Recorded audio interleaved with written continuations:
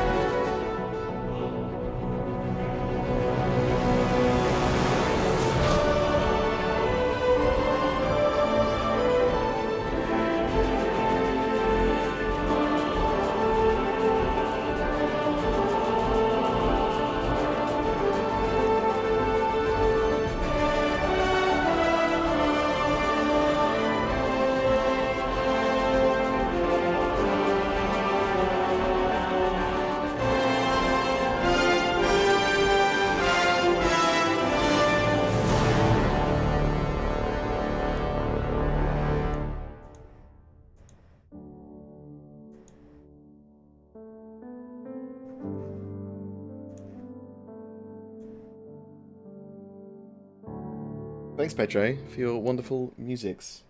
Appreciate. I don't know. It's Squadron 40. It's the Squadron 40 vertical slice playing in the background. That's good, because I didn't know what it was. It could have been anything. It could have been men's special interest videos, if you know what I mean.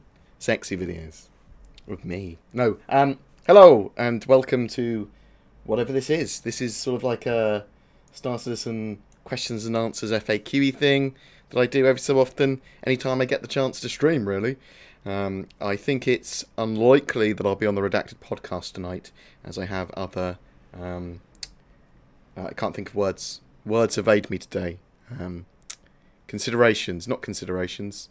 Things I need to do around that time, so it's unlikely I'll be there. So I thought I'd stream beforehand. I got a video out earlier and watched a film and chilled out for a minute. Did some taxi stuff and planned some stuff, did some research, and then I went, fuck it, I want to stram for a bit. So here we are. So Tricksy little. we'll go over. Oh, thank you very much. Hebrew Hammer. What a lovely name. What we'll do is we'll go over a couple of little newsy pieces, and then we've been doing it quite a lot recently, to be honest. And then we'll just ask questions, talk, chat, that sort of stuff. Just kind of chat about Star Citizen in general, and about people's worries, about people's what they want to know about game mechanics, whether it's good, whether it's bad, whatever. We'll chat about some stuff. The thing that interested me recently, though, literally today or yesterday was about the Tumbril Nova, and why should I have a battle tank if nearly no ship can transport it into combat? Ground vehicles can already be spawned planet-side, and a large portion of ground vehicles usually never leave the planet they were spawned on originally. Now, that is obviously true of the moment. Well, it's not true at the moment, I suppose, because you can spawn them anywhere, and they can freely move between planets. But, so this means the intention at the moment, the way they're envisioning the tanks, is that they are very likely to stay on the planet they are taken to. Spawned on is an interesting choice. When the game goes live, I was assuming that everything would have to be delivered, or I can order this to another hangar or whatever, but surely the tank needs to get there somehow. They're not, unless they're 3D printing it for me. But then I can just 3D print tanks. Boom, boom, me, me, me. That's the sound of me 3D printing a tank. Me, me, me, me. So there has to be some sort of vehicle to do that, really, when they think about it longer term. Some of these questions and answers that we get from whether it be FAQ Q&As about concept ships or some of the dev responses that I've seen seem to be lacking, or they're slightly too vague. Like, they very barely answered this question. Like, okay, you said that ground vehicles will be spawned planet-side, and they'll probably stay there. You need to elaborate on that. You need to elaborate on how they get there in the first place. How do you envision this? How do you envision that? Is there going to be a star lifter?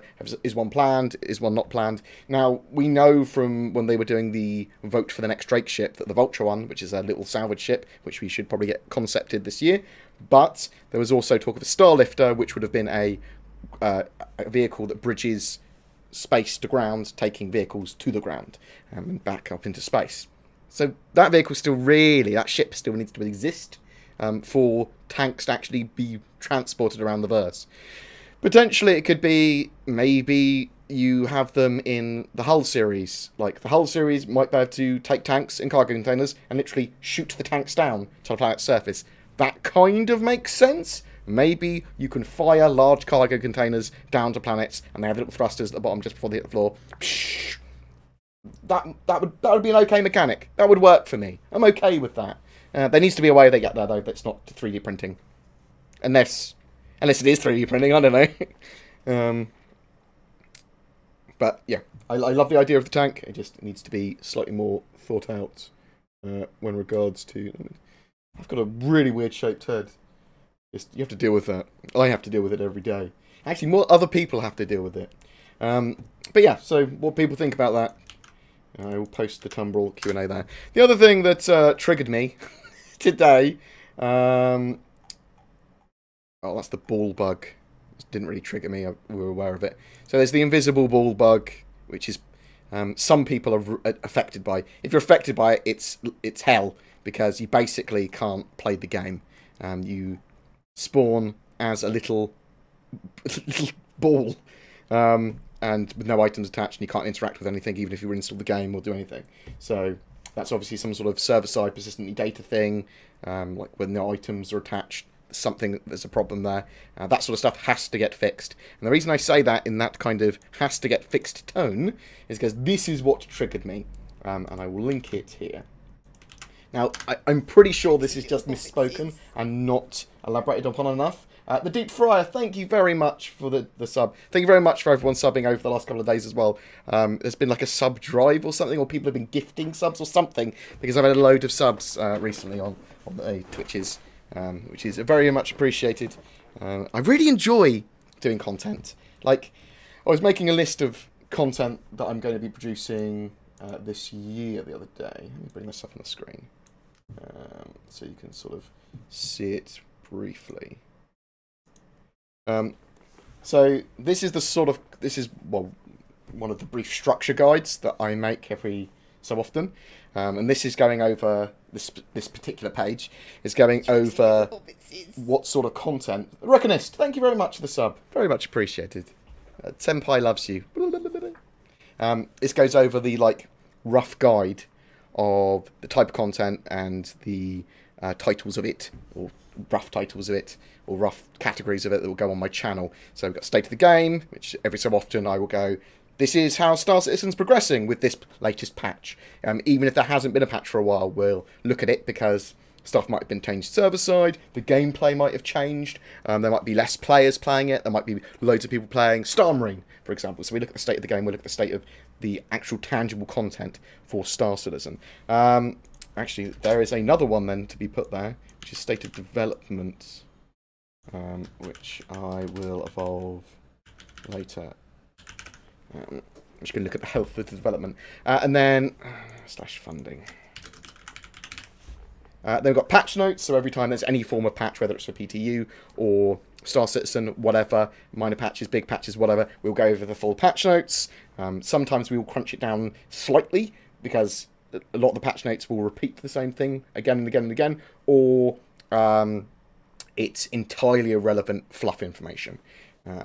So also we're going to have news, so that will be updates as and when they happen, weekly news as well with the newsletters and ATVs and that sort of stuff.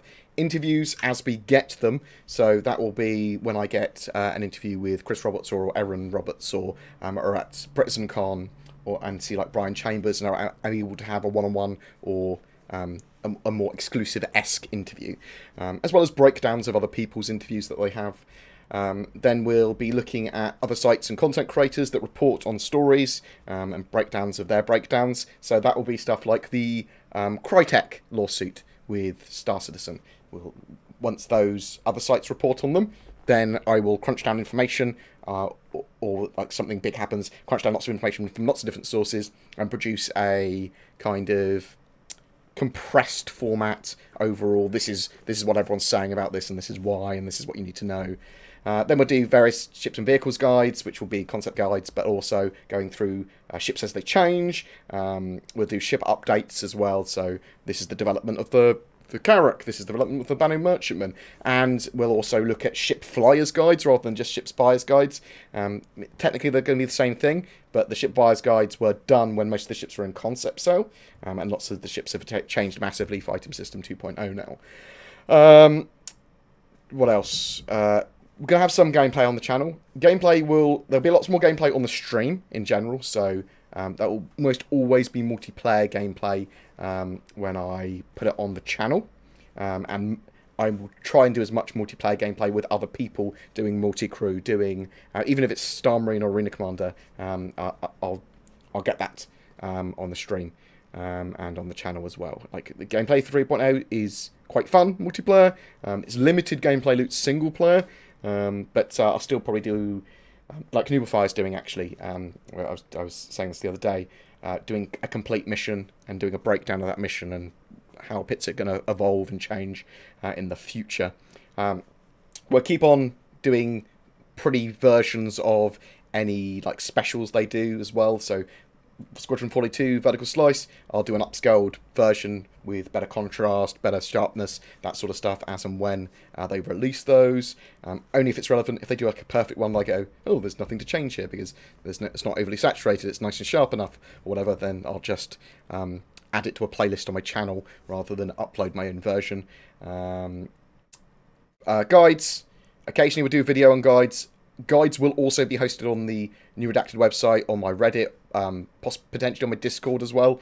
So I'll always be doing performance guides, how to play guides, hardware buyers guides and stuff like that.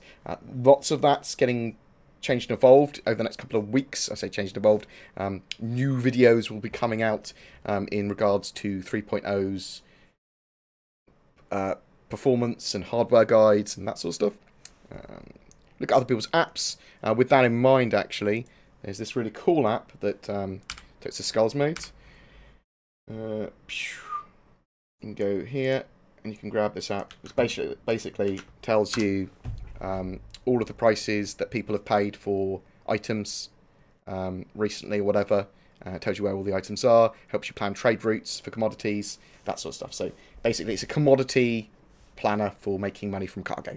It's really useful. It's really cool. Even if you just want to look at the stats, I think this is going to be useful for CIG to actually look at as well, because it's quite well made. But you want to check that out if you want to do cargo runs, or even if you're just interested in data. Not data from Star Trek, obviously. And then what else we got? Org Spotlights, which I actually need to do this month's Org Spotlight for IDF. I've been lazy, and the gentleman I was talking to was a little bit ill, which is good because I was hungover at the beginning of January.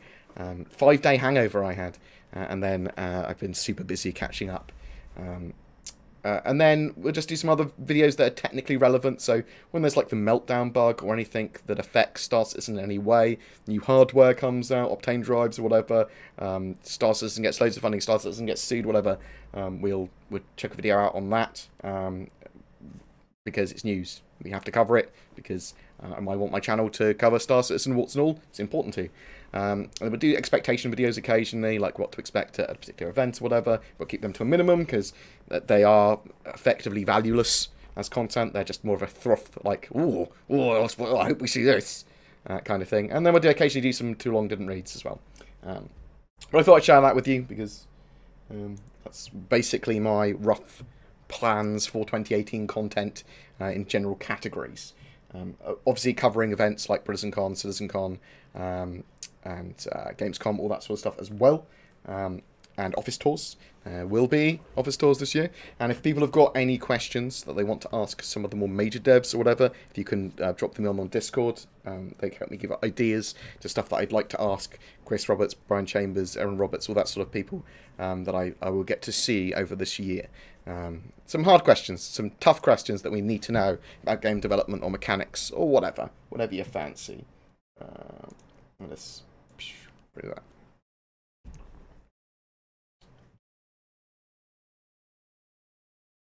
Yeah, so Meltdown is particularly affecting mostly Intel CPUs, and basically Intel CPUs over the last 10 years had an exploit in their kernels, which meant that hackers could potentially grab your memory, what was in it, so you could have passwords in there or whatever, and just dump it somewhere else, so they could effectively steal critical information and passwords and stuff from your computer, which is bad. So the fix for it was reducing up to 30% of your PC CPU's performance. I say up to 30% because it's pretty much nothing for me in all the games I play, but potentially it could have been up to 30% based on the application. It's much more pronounced, it's much more fucking the shit up of like virtual machines and servers and game servers and stuff. So like Amazon and Google and thing, so that if they're using those processors, then they could potentially be losing a load of power that they need, so they have to buy more hardware. So it could be very expensive for some people. Probably very expensive for Intel and AMD processors, and a lot of the in a lot of applications now are significantly more competitive, I suppose the word, for single core performance. So, why is there no Citizen of the Star this week? So they are changing what they're doing on Mondays, I believe, to a new format that will be starting Monday coming. And that's why there was none this week. They didn't have time to do it because people have only just got back. All of them have only just got back. I did think they were going to have a back to normal scheduled week this week, and they're starting to, but it wasn't a full week of getting stuff done and back to normal. What we do have this week, however, is we've got the Q&A for the Nova, part 2 of it anyway. We've got a new lore post. We've got Around the Verse on Thursday, so tomorrow. Around the Verse is going to be about the publish to 3.8 Alive from Austin's point of view, as well as some other bits and bobs as well in there. Some of that might be interesting. I'm hoping we see some little bits of information. We might not. It might be a sort of like, oh, it was really hard and QA worked really hard. I hope it's more, we can see some of the nitty-gritty stuff and we get some tangible information about builds and how they publish stuff and why they did certain things. And this Friday, something that's going to be quite cool is they're going back to some of the the verse kind of things that they used to do. And they're going to have Aaron Roberts this Friday as a guest. So expect lots of questions and information to be given to us. Aaron, like Tony Z, is one of those people that gives you a load of information, typically about mechanics and about the game's development, about really interesting things that I find interesting. And we're also getting a subscribers newsletter later on today, so if there's any cool info in that, I will put it up. But yeah, so I wanted to talk about that. We will jump into questions in a second, and that will be the rest of the show will just be questions, as it kind of normally is. Anything else? I'm still annoyed about those concierge things. So, I mean, it's not. I mean, I'm just more bitter as I'm getting older. But there's a concierge event in Los Angeles, LA, on May the 4th, and they're selling 60 tickets at $350 each for that event, which is $21,000. It's just a lot of money to ask for people to put forward. I would have done those tickets by lottery, even if they are just for concierge. I would have gone, who wants to have these? You have to, I don't know, do it for $50 each. And do it by lottery. If people don't pay within 48 hours of winning the lottery, it goes to the next person. Do it like that. But that's like an exclusive... it looks like it's going to be a Q&A sit-down with Chris Roberts and devs, and a little bit of a studio tour, and dinner of some description of food, which I'm sure will be cool, but it's just $350 is a lot of money from people that have already given over $1,000 each. And, yeah.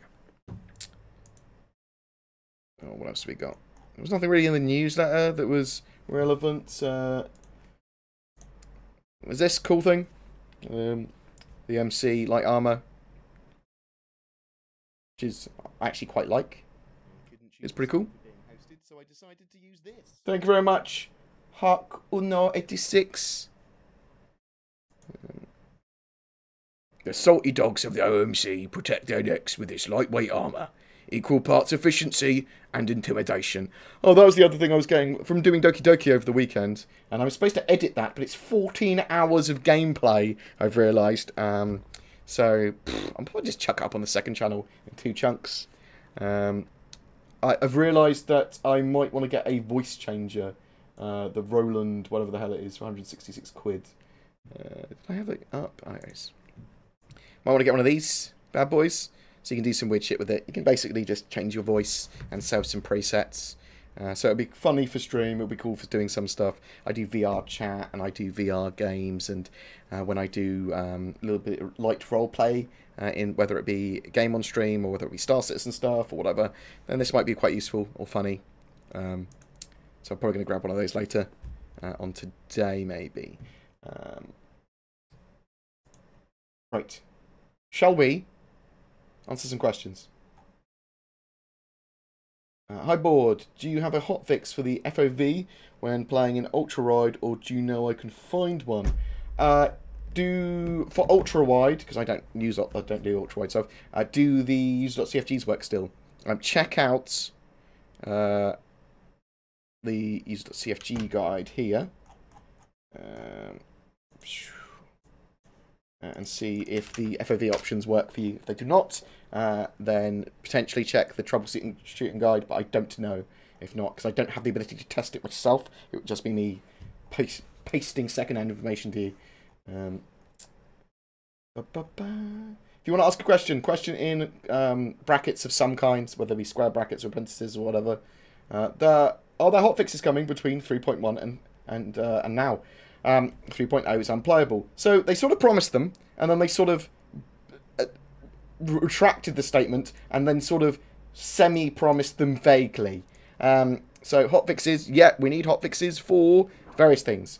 For some performance issues, for the dead zone on the mouse, for ESP issues, for the general flight model issues. The IFCS is like wobbling. It's really hard to dogfight compared to what it used to be. Stuff like that, and the I'm invisible or just become a ball issue, which makes it unplayable for some people. Yeah, we need hotfixes. They've said that they will give them to us if they are done and ready, basically. But they need to be working on some of them now. And I was expecting to have some this week, but I'm not expecting them so much now that Tyler said... excited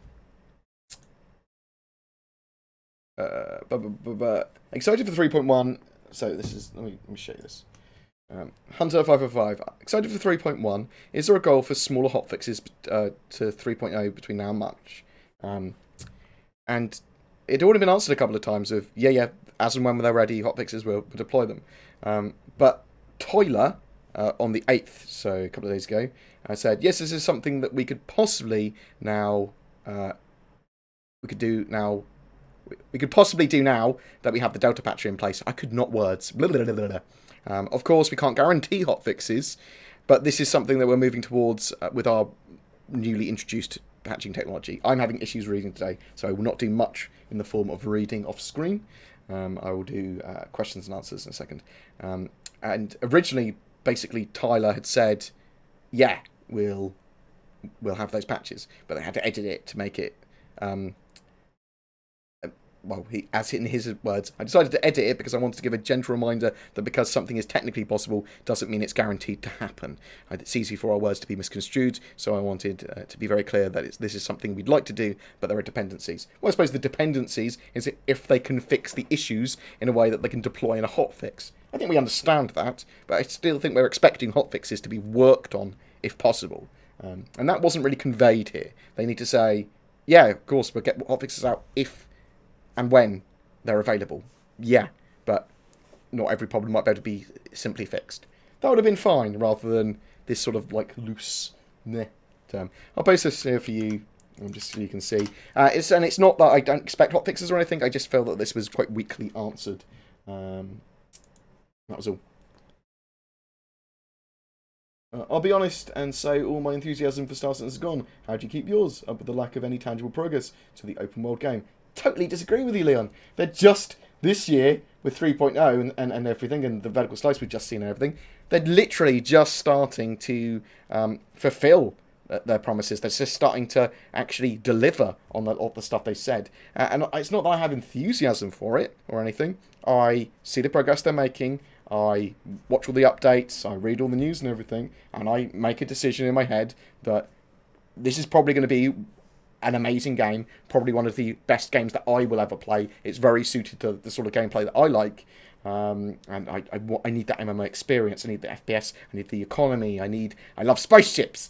I love pretty things, and I love the community. The community is one of the major things that keeps me, I suppose, enthusiastic, and the fact that I like to cover the news. But I will cover the Star Citizen news, warts and all. And if for some reason the game is something that I don't like in 3 or 4 years' time, I consider splitting my channel and doing Star Citizen and something else, or whatever, on the main channel. But I'm enthusiastic because I think they're just starting to deliver on what we want. And yeah, I mean, to be less enthused now is just a bit odd to me. People going, oh, I've lost confidence in Star Citizen. Really? This is the time when they're starting to actually provide what they promise. You're going to be able to start to see from quarter to quarter now reasonable improvements to the game. Yeah, I don't understand that. But you're totally entitled to your opinion and to your if you lost your enthusiasm, whatever. That's yours to lose, and you're totally entitled to that. Not taking that away from you. I'm just saying that's why you asked me a question. Bored, what do you think the game progression will be like? How is your character going to develop itself? That can't be bought with UEC. So UEC is going to allow you to buy the equipment and the ships, yeah? But the skill of doing all of the tasks is yours as a player. So you could be particularly suited at some roles and shit at others, as people are. And that's literally it. So there's going to be, assume there's mini games for pretty much every mechanic, being efficient at stuff, understanding how it all works, reacting to certain situations. And people that do scanning and shield operation and some of those more admin-y jobs very quickly and understand where they're getting hit and everything are going to be a lot better at them than people that have done it that are just combat pilots, or that are Marines on the ground that are just taking over a station briefly. And people that very much focus on the FPS, security and fighting gameplay, they're going to be very good, typically, as Marines on the ground. And they can storm into someone's bridge. Doesn't matter how good their crew are, if they shoot all the crew in the back of their heads when they're at their consoles. So there's going to be... UEC is not going to be able to buy reputation either. So UEC was going to buy equipment, ships, and that sort of jazz. But there's going to be a lot of time investment as well. So time, actual player skill from playing the game and reputation is all going to be, and I suppose mission trees are all going to be stuff that you can't just buy with UEC. Thank you very much. Thank you very much. Love your face. Do you have data on future server patches? I mean, I've got the production schedule. I don't have any further data more than that. You'll probably get some from ATV because this week, because it's an Austin-based one, and they're very networky. But that's the production update. That talks about what the quarterly release is going to be. But I don't know anything particular that is not public knowledge about the server patches, other than they can deploy them when they needed to. When are the freelancer variants going to be finished? We should actually see a lot more information about ship pipeline and patches and that sort of stuff coming with the new website updates. High five. Oh, JP's eyes. Oh, you star. Thank you very much. Fucking. Hopefully Saurus doesn't sue me for stealing his slap of the camera, whatever that is. It's some sort of IP infringement. Thank you very much for the donation. Very much appreciated. I am getting my room done. I say get done. Having the walls stripped, my room replastered and repainted at some point. That's what the donation goal is basically for. And then soundproofed. So I can actually stream and record videos whenever the hell I want. I have insomnia, so that's much better. I'd be significantly more productive when I can do videos at night as well. I might even be able to double my production, I worked out. But at the moment I have to whisper like this. And the videos would sound really sexy when it's at night time. I'm also probably going to get that voice changer as well with money from Cheer and whatever. But that... I'm not showing on my screen.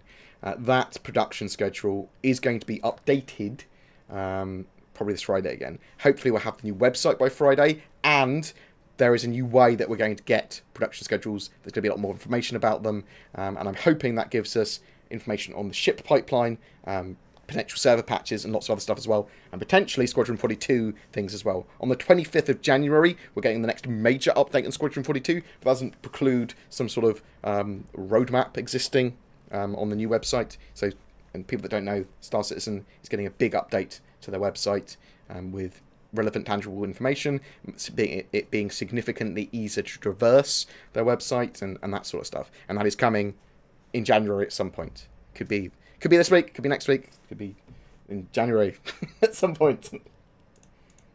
Have there been any news on when they will fix the ability to relog on where you left off?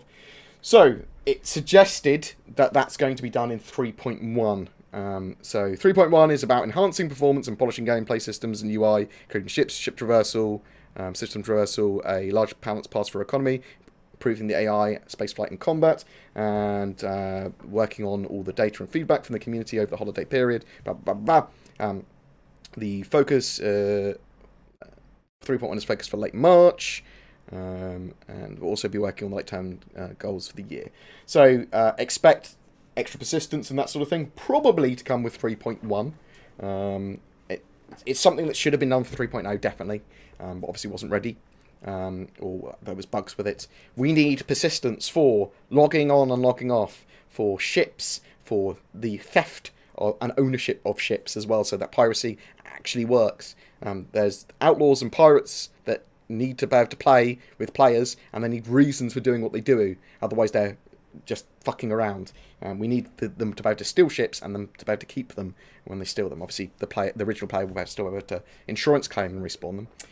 But what else do we need? Persistence for reputation is another important one. So when I do missions, I don't have to do 5 hours of missions to be able to go and see Ruto and Miles. I want that to be saved, all that progress.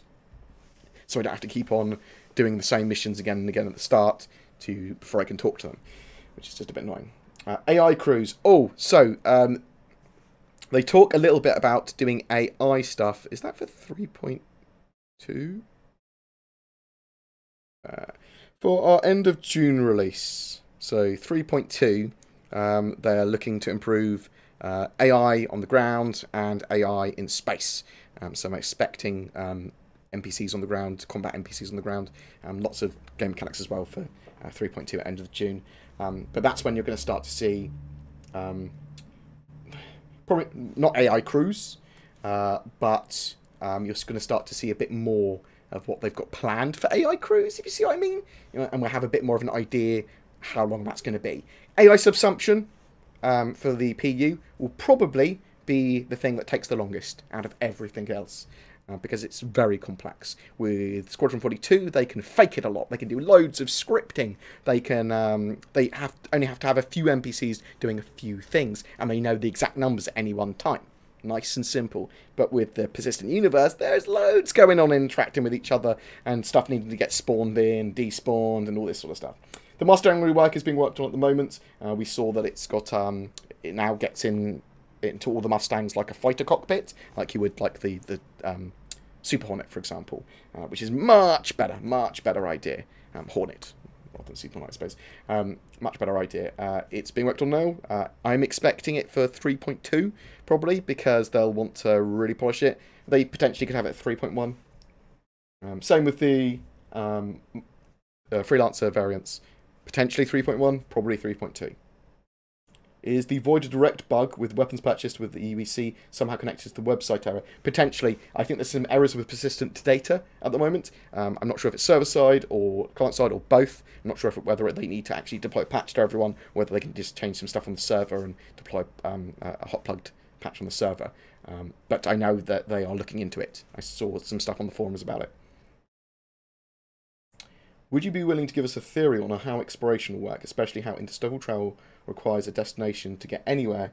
How do you go somewhere new? I mean, that's an absolutely great question. Oh my god. I'm saving that because I will probably merge it with a few other questions when I get to ask some people. So, that's a really good point. So I think what you're going to do when you find new systems or whatever, you're going to scan stuff down. There's going to be scan places, and there might be loads of blips that appear, some of which are going to be literally nothing when you go to travel to them and scan them down more. Some of them will be asteroid fields, some of them will be derelict ships. I think it's mostly going to be you scan things down and then travel to a nearby area. And that nearby area could be huge. It could be like 4 times the size of the Arena Commander level sort of thing. And you'll be searching around there and you might find something, and then you deploy your own nav beacon so that you can come back to that location later. And those nav beacons could work effectively like in Minecraft, I suppose, as well, and be like a chunk saver, if you know what I mean. Where it goes, well, we won't despawn any of this. This will stay here semi-permanently. So yeah, that's how I expect it to work. You'll go to an area, you scan stuff down, and it kind of acts like Eve for scanning stuff down. Stuff will spawn in and despawn. It might have really long despawn and spawn cycles, and that sort of stuff, but that's how I'm expecting it to work. Obviously, you'll have different varying levels of scanner equipment and stuff as well, and when you go into systems, some stuff will just be passively there. You'll be able to go to this asteroid field, you'll be able to go to destinations you already know the whereabouts of, like potentially Grimhex or whatever, but you'll also be able to do these big scans and go, oh, there's static here. Go, there's nothing there. There's literally nothing there. Or it's an asteroid. Or maybe that's got valuable resources on. Or oh, it's a derelict. Or oh, it's pirates. Oh god, it's pirates. Ah, I'm dead. Any news on handcrafted cities like Terra? So I think Terra they started on originally as one of the original places they actually started making, and then they moved on to the Stanton system because they went, Stanton system actually provides us a vertical slice of all forms of gameplay and a lot of biomes and stuff that we want. Once we finish the Stanton system, we can rapidly build out all the other systems pretty quick, other than needing some extra biomes and the hero locations and hero assets. I know they've been working on Terra. I know they've done a load of stuff for Squadron 42. I'm not sure if that's 100%. I'm not sure if that's for Terra or anything. But I know they're working on some of the handcrafted cities. A lot of the handcrafted cities will still be heavily procedurally assisted. So when they're looking at these giant cityscapes, like on Earth or like in Terra, they're going to be like ArcCorp. That tech that we saw for ArcCorp City in CitizenCon, that is going to get better and better and better. And then at some point it's going to look absolutely amazing, and it will look like a handcrafted city, even though it's mostly procedurally generated. then tweaked by an artist, and then the hero assets added. So like a particular unique building, a particular unique feature on the horizon, whatever. Bored, simply put, can I interview you in regards to your thoughts on Star Citizen? Can we set up an interview date and time? Feel free to message me on Discord. Come to my Discord, drop me a message. Potentially, yeah. I mean, I'm kind of happy to do that. I'm pretty much an attention whore, and I have very little time. Or, well, that's not true. I have an erratic schedule with lots of different things, and I have anxiety and depression, which means I sleep at odd times and insomnia. So I sleep at really weird times. So just bear that in mind. Yes, happy to do stuff like that. Message me and we'll work something out at some point.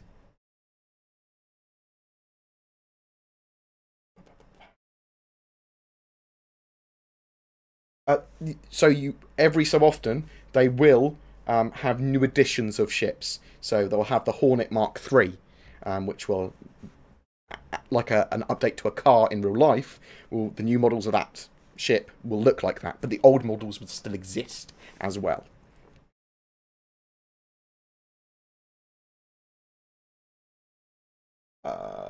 Saber or Hoplite dropship feature isn't badly needed. It's an interesting question. If you're going for stealth and you want a true dogfighter, 100% go the Saber. Saber's a solid dogfighter, and it's a little bit stealthy, and it's a cool thing. But it is short range, or it might be slightly longer range for a fighter, but it's still short range. Hoplite, much longer range. Obviously got the dropship capabilities, and in some cases, it's not truly a dogfighter, but it is a fighter, and it's got heavy guns on it. So slower dogfighters, it might be able to wreck with just some heavy firepower. So kind of up to you. Depends on the gameplay you want. That's the sort of decision that I make every day and can't decide. Saber or Hoplite, things like that. And when do I expect the Hawk to be flyable? It's a small ship. The wings are pretty cool and a bit complicated, but they want the bounty hunter mechanics probably in this year, I would expect, properly. Or to a, well, I say properly, to a level which is quite fun to play, and a lot more fleshed out. Tricksy little hobbitses. Maybe 3.3, maybe by September. Already. Gadam. Can't wait to get into the verse with my new dual T160OOM. OOM. Thank you very much, Cdazul. You're a fucking legend. Appreciated. That Thrustmaster joystick is my favourite HOTAS and joystick for the price. Like they are top tier joysticks and throttles at really good prices. I mean, there are certainly slightly better, there are certainly better build qualities, and there are certainly worse, and there are certainly more specialist stuff, but there's a sweet spot there, and they kind of hit it.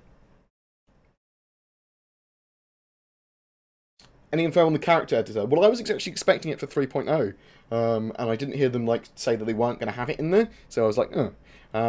So potentially for 3.1, it was supposed to be in 3.0, so potentially we'll have very rough character editing for the face in 3.0. Sorry, 3.1.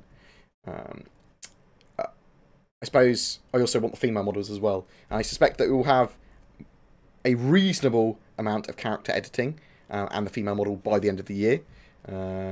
Hopefully by the middle of the year, because we've wanted the female model for ages. They do have to start making a move on some of these things now.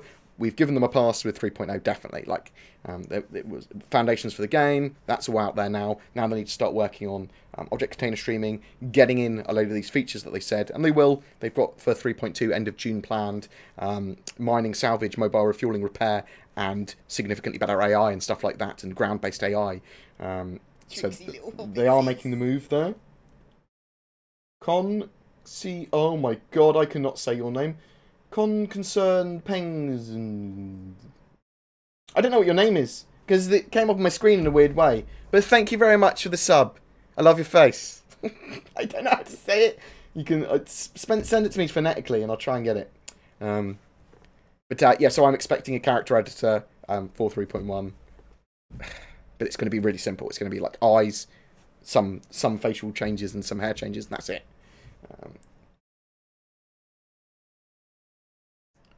Do you think these specialty armaments on the Reclaimer So salvage arm tractor beam will slow down its release in game since it's new tech. Oh, so potentially not. The salvage arm and the tractor beam doesn't have to work properly for them to release the reclaimer. That said, we can obviously see that they have some operation for it, for animations and that sort of stuff, because we saw the Squadron 42 vertical slice. Right, I think that will be released with 3.1, the reclaimer.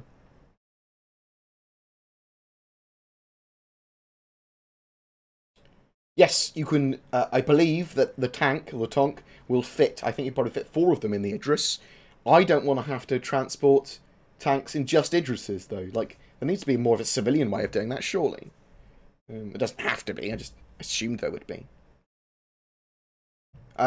VR is a consideration to them.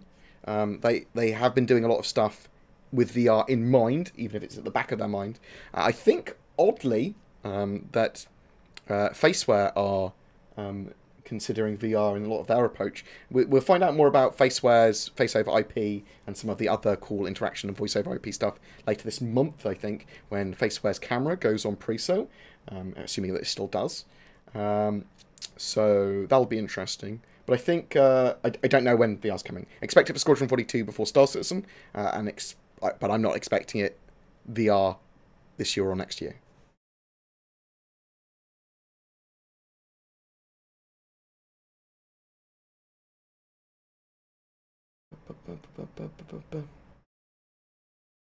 When will the tour questions channel be on your Discord? Oh, shit! Thank you. Bear with me 1 second. Oh, I love your face. Concerned Penguins. That's what your name is. Now I see it. Concerned Penguins. Thank you. Let me... chats... questions for board.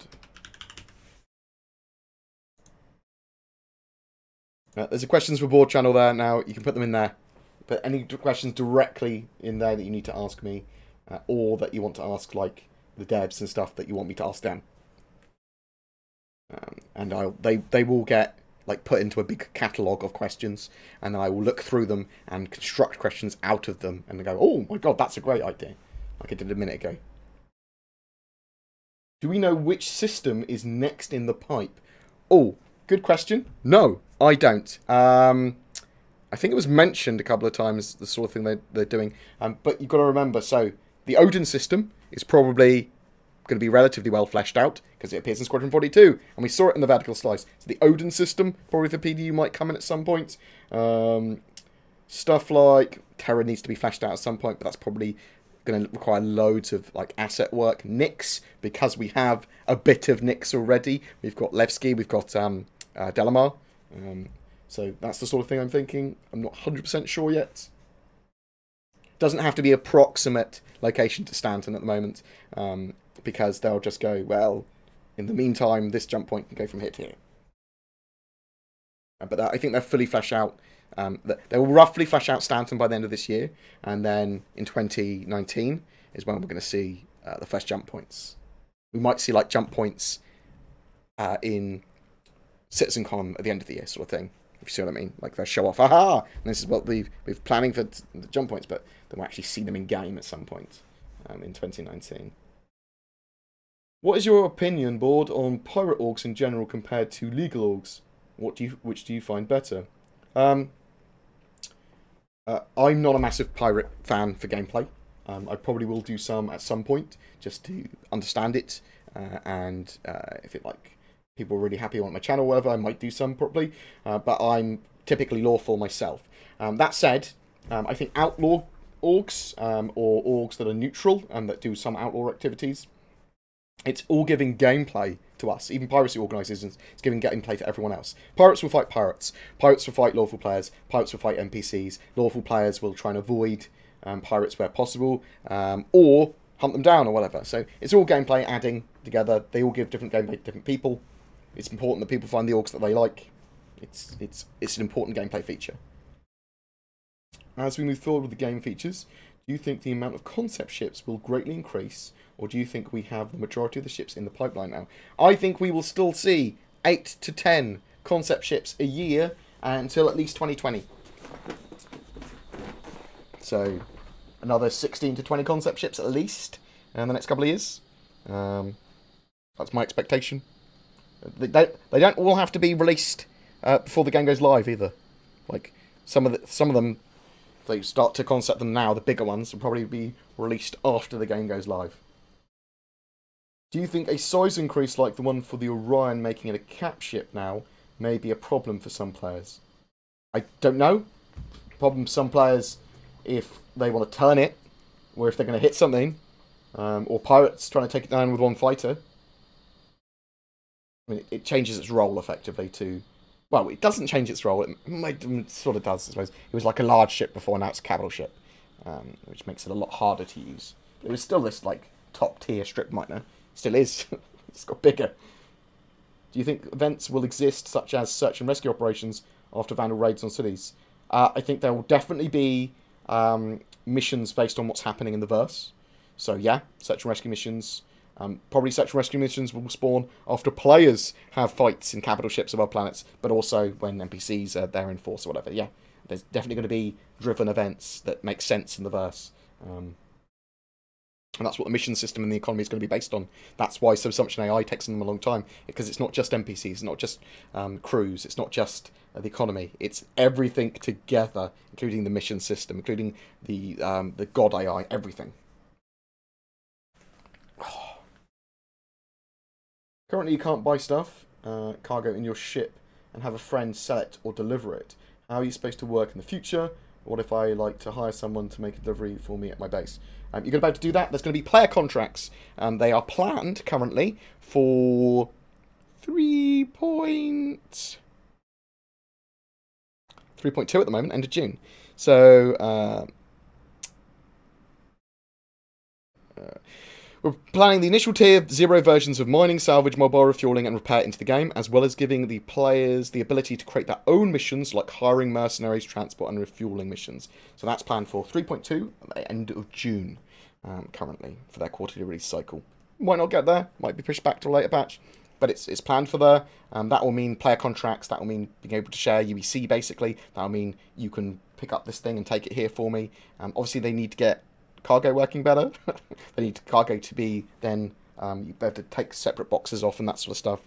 So hopefully all that will be done by then as well. I'm assuming we're about to use service beacons at the same time and nav beacons, but we'll have to wait and see. I have a Raven, and at the moment firing the MP makes my ship spin uncontrollably. Mine does not. Unless that's a new thing that's just started happening. My Saber Raven, that is not design intended. Currently, the EMPs, ships that are firing EMPs, are immune to their own EMPs. So you should not have that particular issue. Obviously, you do.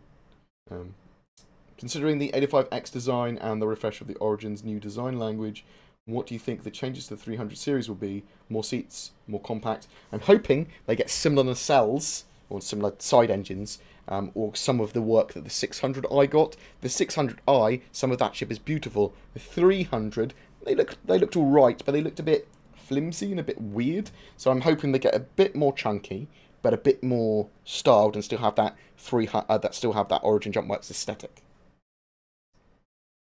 It's more of a hope than an expectation. With so many ships and things to buy, I'm hoping the game doesn't become super grindy. Your thoughts? Well, I think there's certainly going to be a part of the game that's going to be grindy, but I think that will be for people that want to do grinding. Like, some people love to do cargo runs. They have Spreadsheet Commander, cargo runs, Space Trucker. Grindy gameplay for grindy people. You want, and Star Citizen is aimed to provide, gameplay for pretty much every game genre ever. In the game. So you'll have grindy gameplay.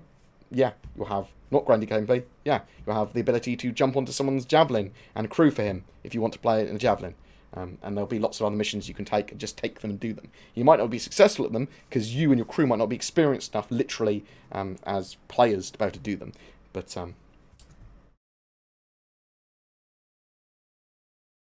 Do you think planetary blockades by orgs will be a thing? I think they'll certainly try them, whether they're a thing or not. And the idea is that that sort of thing can be done, sort of. And missions will be generated to try and stop them from doing that.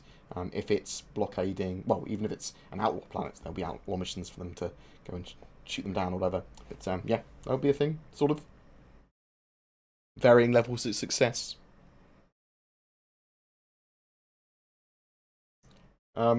No updated news from when we last heard about the 300 series, about when it's going to be coming out. I'm expecting it for 3.2, so end of June, probably. We're going to be getting loads of ships this year, like loads. They've been working on some of the bigger ones as well, so I'm expecting to see the A90 Jump, the Crytek, obviously the Reclaimer in the very near future there, but loads of them, potentially the Polaris, potentially the Idris and the Javelin, stuff like that. Object container streaming with the larger ships, like the cavalry ships, does allow them to do that if they get it right, so... In Star Wars Galaxies, 2-player characters could get married as part of the game mechanic. Do you think Star Citizen will have similar romantic RPG aspects? Asking for a friend. There'll definitely be roleplay elements to do that. There'll definitely be stuff in orgs that you can probably do stuff like that with. Whether or not they have it as a proper mechanic, I doubt it. But maybe they will. You can definitely say that you're married in game and stuff. Like, it'll be fine. Like, use stuff like that. Game caters for that. But whether it mechanically enforces it, different thing. What ships do you expect to be rare? Okay, so banning merchantmen stuff. High rep ships. So lots of the high tier warships. So Idris Plus will be rare. Some of the Vandal ships like the Scythe and the Glaive in player hands will be rare. Some of the alien ships. A90 Jump, stuff like that. There's quite a few that will be relatively rare.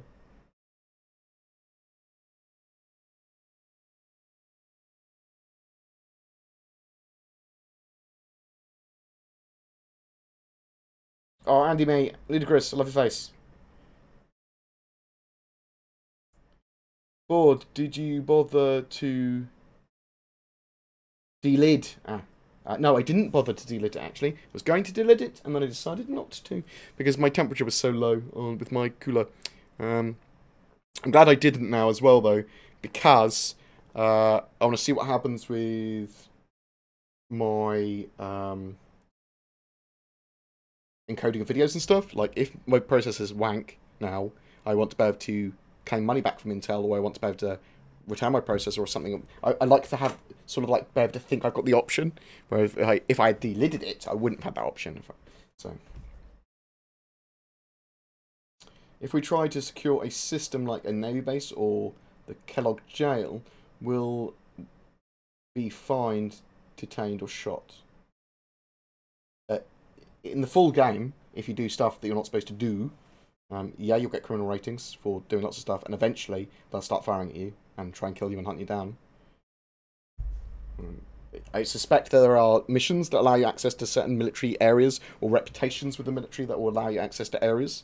I think that's one of the things that reputation systems will have there, is that there'll be lots of different factions in each of the different systems, and that will affect how they react to you. How would new players be able to catch up with the lore that's happening within the game quickly? Specifically, distribution strategy of letting players know past and current lore. So, there are various YouTubers, including myself, which make videos about the compressed lore and things. I think Paul Shelley, Astropub, is doing a series at the moment on lore, compressing it down quickly and answering questions about it. I've done lore up until 2 years ago, so I did all of the... from modern day to Star Citizen's year of lore, compressed into a video in my must-watch thing on my YouTube channel. Just search for it. You'll find people that have done 15-20-minute videos that will have most of the lore you need to know.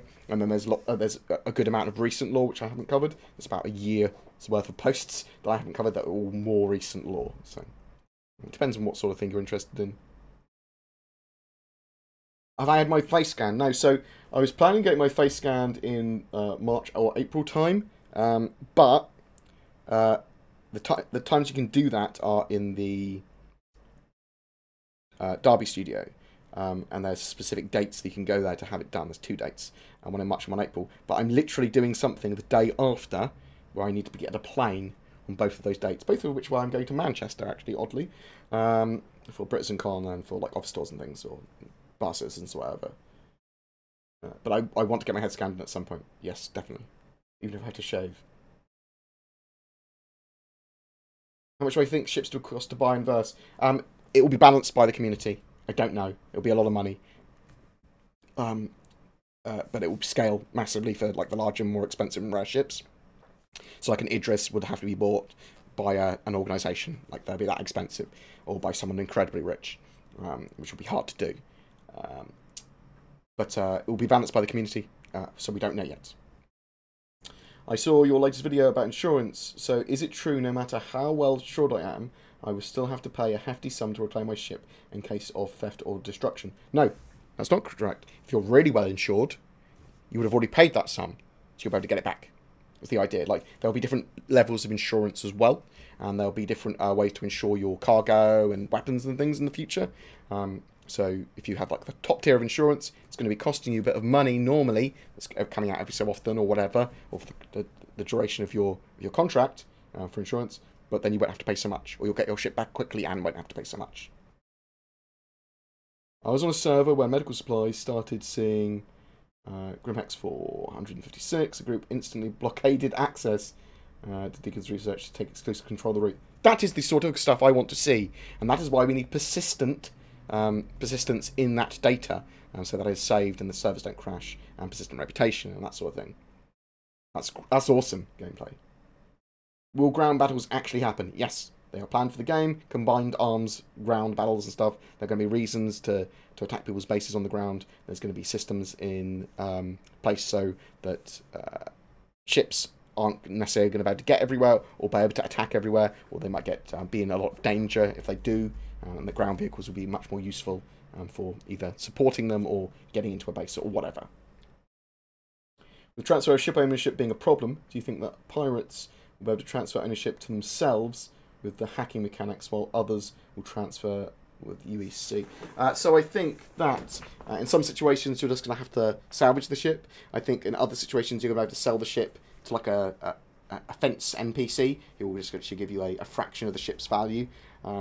Or potentially you could remove the transponder or whatever and have the ship re-registered. Now, I don't know about that last one. I don't know how any of them would work, but I suspect that's the sort of things you'll be able to do. Can we expect hotfixes ASAP for the 3.0 live mess? I am expecting hotfixes for the bugs that make the game unplayable to some. So it's probably server-side, a lot of them actually. So the marble bug and stuff like that, yes. And they will be working on fixes for that.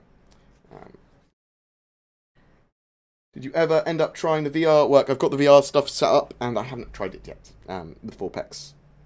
I've got an Oculus, which I will try with it at some point, probably in the next couple of days. Oh, thank you very much, Super Mac Brothers. I love your face. SMBR. Love your face.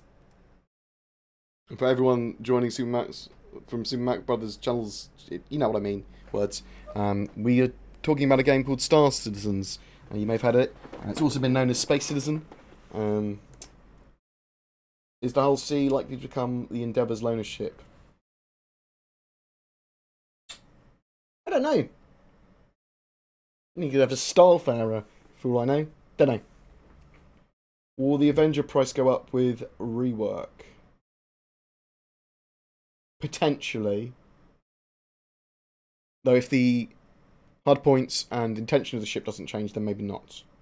Do you have any info on how the ship permissions will be shared? Can we give access permissions to any other player? Yeah, so in the future, you're going to be able to give access individually to players and NPCs. So you can say, this player can use these doors, this player can use these consoles, this player can use these controls, and this player has these levels of access. Yes. Permissions, that's going to be a thing. You can set individually for people or individually for orgs or whatever. And it will be very, very, very robust. Will most players have military equipment with weapons, armour and tanks, and there will be less civilian players when the PU expands to other planets? I think military grade equipment is going to be very expensive. Expensive to maintain, expensive to repair, and expensive to like ammo and stuff for. So I think there'll be a mixture of civilian, military, and other grades of gear that people will use. Considering the ships we have now that are bought with real money, not with in-game currency, do you know what ownership differences will be implied by such a difference?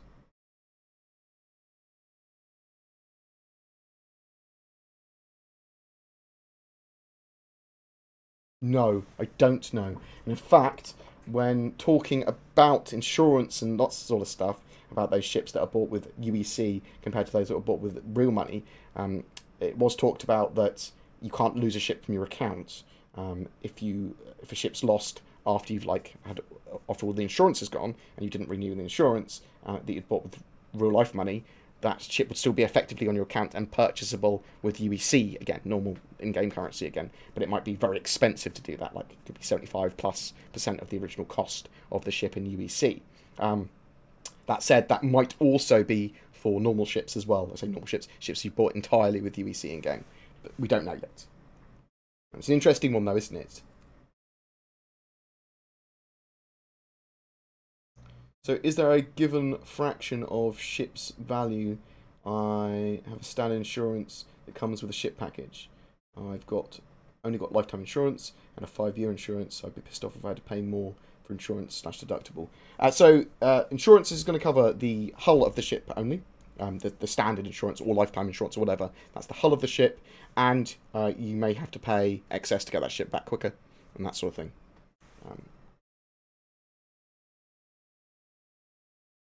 There may be a board game or social org, potentially in the game. I haven't really thought about it or decided yet. I want to see what features we get with Spectrum, and does it make sense for my channel and the stream and stuff to have that. There is an org that I will be running called Nomad Black, which a load of my proximate IRL friends are there, but obviously I'll probably open that up to viewers and trusted people as well. I'll talk more about that later. I don't know about a board game org, potentially. Same as like a redacted org, we might do a proper full social redacted org, and that's sort of like semi-planned. Thank you very much, I appreciate you watching. Hey, you sexy beasts, how you doing, mate? I'm good, thank you, Biomechanical. Love your face. Probably a bad idea is the HTC Vive controllers as dual joystick. You need some space or something for them. Some way of anchoring them.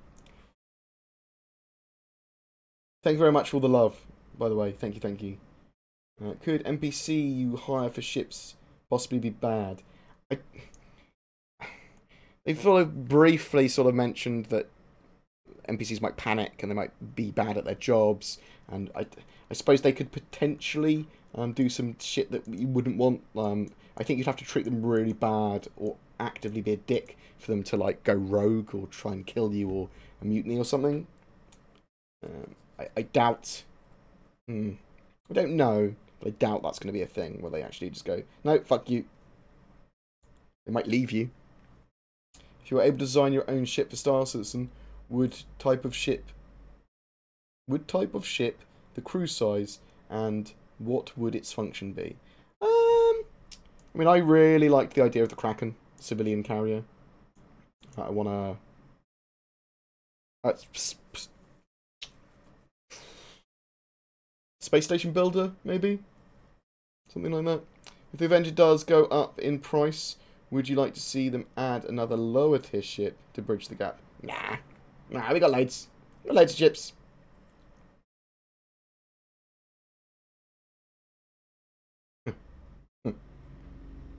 I literally can't kill Hornets in my Aurora unless they sit there for more than 10 seconds.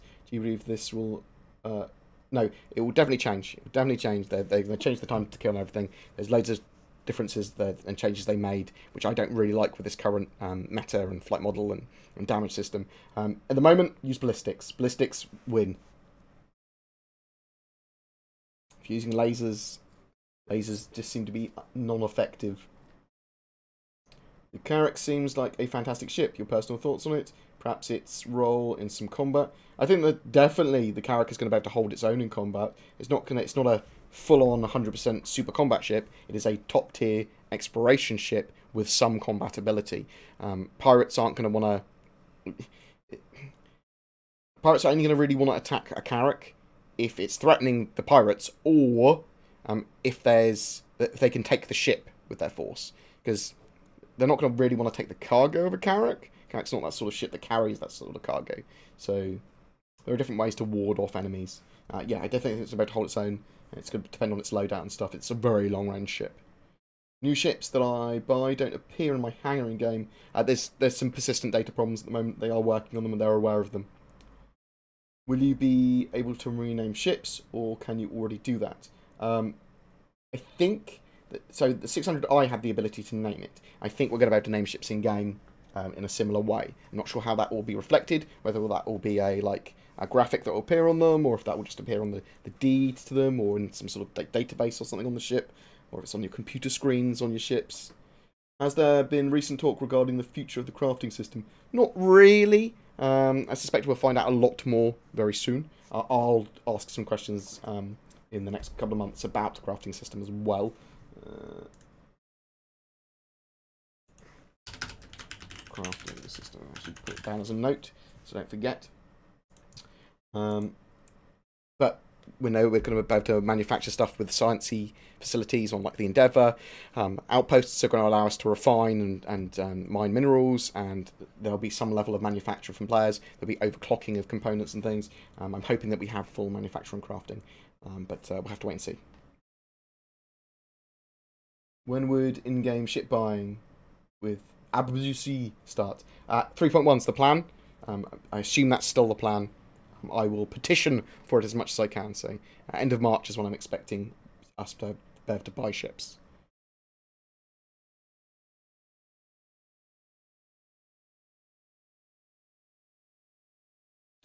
Will those of us of the female variety have a choice to play as a female soon? Yes, definitely. Well, almost definitely this year. I'm hoping for the end of June release, so 3.2 is what I'm hoping for. A bit more character customization. I'm hoping we get a little bit in 3.1 of character customization, a little bit more in 3.2, and female models in 3.2. Do you have any information from Star Citizen directly that starter ships will be able to carry cargo items from missions?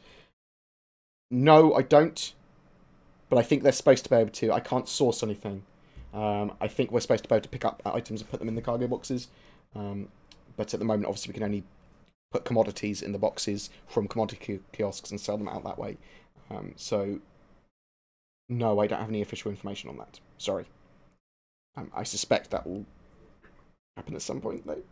Has there been any further rumour of timing on the 300 series rework? No, nothing confirmed. There is still a lot of ships and ship classes to be released. Is it safe to assume that by the pace CIG releases them, it's still going to be a very long way until the game fleet... So don't worry too much about ship releases. Worry about more of the game mechanics. I'm still expecting a beta potentially at the end of 2019. Potentially have a full game release at the end of 2020, although it is looking more like a 2021 release now to me.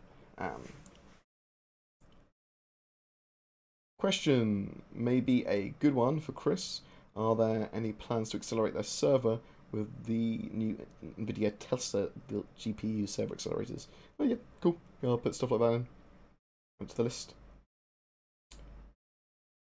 Mining is coming this year. Mining is planned for 3.2 now. They're redoing the way they're doing the schedule, the patches this year, so they're doing them every quarter. So we're getting loads of the mechanics, mining, salvage, and mobile refueling, and repair is planned for the end of June.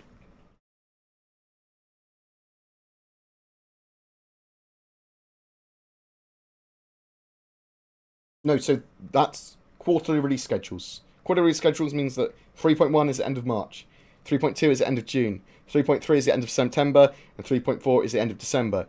We will get whatever they have ready for those patches at the time. It's not a 3.0 drought thing again. The reason we had to wait for so long for 3.0 is that they needed all these systems to come online at the same time. Otherwise, none of them worked, sort of thing. So they were waiting for ages and ages and ages to get all the foundations in.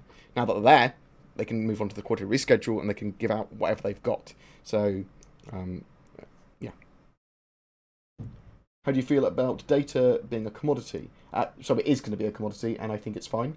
I think there needs to be varying levels of data, and varying types of data. So you like have high-level scientific data and stuff like that, mission-specific data, and then you'll have, yeah. So it makes sense. You find a plant on a planet, you research it in the Endeavour Science Lab, then you put it into the other Sciencey Cruncher number general use lab, and you get lots of numbers and things from it, and then you can sell that as data to a particular merchant. I think that's a nice, simple way of doing the mechanic. They can make it a bit more complex afterwards and do some other cool stuff with it, but that's the basic game loop that I see. How feasible do you think the Banning Merchantman is for solo play? I think it's going to be a big ship for solo play. I think that you'd be able to do it, but you'd have to use it more as a cargo hauler rather than as a floating bazaar. Would you want to see a variable stat? Would you want to see variable stat values on weapons found or bought in the universe? Well, there's definitely going to be an overclocking mechanic anyway, so you can tweak certain components of weapons and stuff. I certainly would want them to have upper limits. Yeah, I mean, I'm okay with master-crafted versions of things. I wouldn't want them to be super overpowered, though. Maybe I would like to also think that weapons manufacturers try to make them balanced as possible, so that if you did have something that's slightly better at one thing, it might be worse at another. I don't know. I need to see. I do think we will see unique-ish items on very rare, like alien, ancient weapons and components and things like that. Have you heard about any CIG staff speaking or attending tech conferences to discuss their work ranging?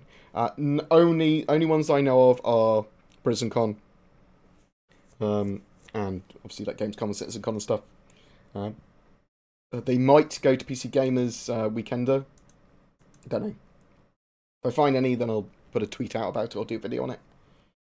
The only ship I have is the 300i and the Aegis Saber. Is that bad? No, that's not bad. You only need an Aurora or Mustang Alpha. Those are good ships you've got. That's not bad at all. You could just have one of them and you'd still be happy and fine. It's all good. What about refueling? Refueling's in for planned to be in for the end of June as well. Tricksy little hobbitses. Love your face. Oh, I love your face, Jack Avalon. Thank you so much. Thank you so much for the sub. Thank you so much for all the support from everyone as well recently. It's been amazeballs.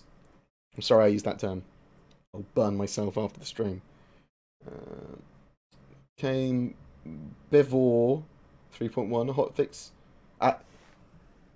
Okay, so thank you very much, Winor. Thank you.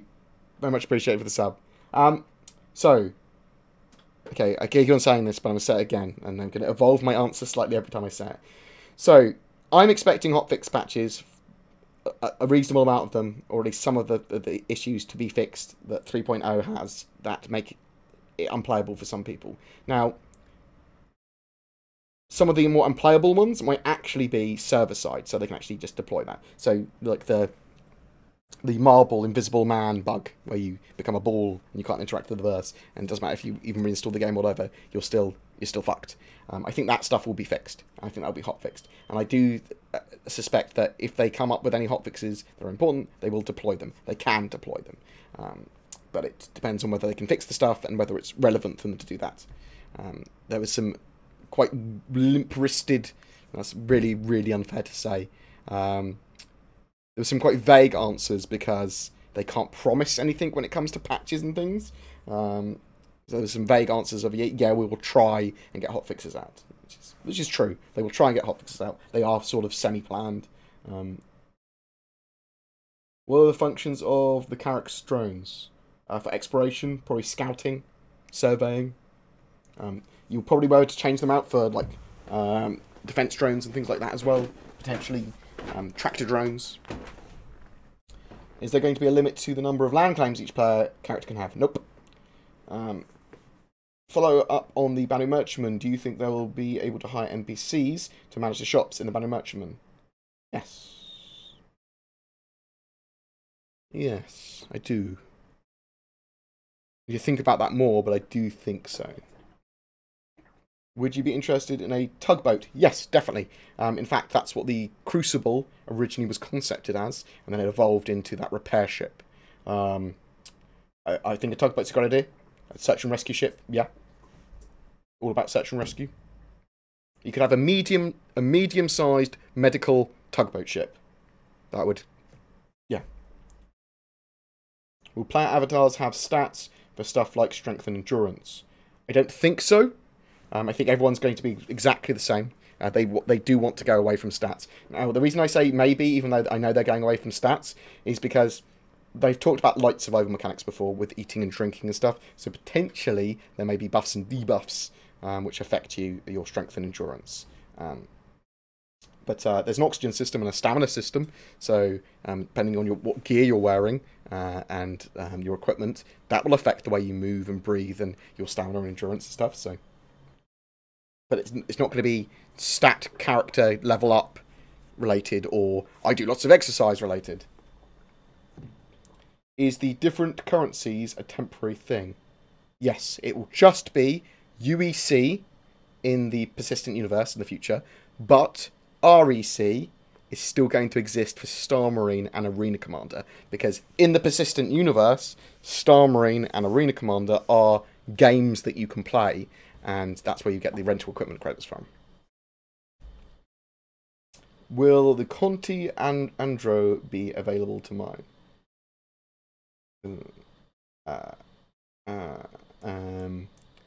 Conti Andrew? What the fuck is Conti Andrew? That's something I don't know. I mean, is it? Is there something in the game already? I don't know what that is. I love you too.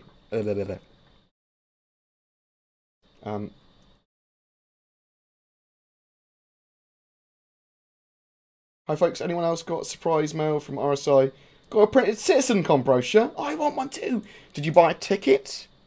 Did you buy a ticket and were unable to attend? Or did you buy a ticket and then sell it to someone else or give it to someone else? That's probably why. How do you think is the best way to ask for quality of life 3.0 changes? There are forum threads about it on Spectrum. I'd go on there and participate in those threads. Be as clear and concise as possible. If you've got examples that you can use, visual examples, they will help. Something I notice is that despite the game's graphics and atmosphere looking gorgeous, the animations, movements and mouse and physics are rather clunky. Yes, currently they are, 100%. There's stuff broken in 3.0 which annoys me about combat, which is I'm not doing any form of combat really at the moment. There's a horrible problem with the mouse dead zone. I don't really like the controls at the moment. The flight system is currently really slidey. The aim's all off, and there's loads of stuff that I dislike with the current stuff. That will get fixed 100% with the physics and the flight model and everything. They are going back. Expect major improvements for 3.1. They are going to iron that gameplay. That is probably what 99% or 90% of 3.0's patch is going to, of 3.1's patch is going to be. Getting all of those feeling great again.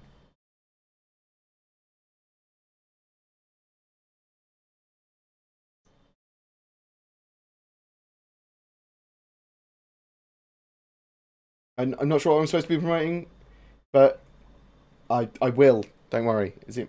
I love you. Do you think there will be a star system or... Thank you very much, Concerned Penguins. Love you. Love you bits. Oh, that sounds rude. Do you think there will be a star system or something along the lines where it will act like a frontline versus the Vandal, where we could grind rep with the UE, Navy, / military? Yeah, potentially. There's definitely going to be systems with that sort of gameplay in mind. There will be near a military zone, near a Vandal zone, and you can just fight Vandal and do combat missions. Yeah, most certainly.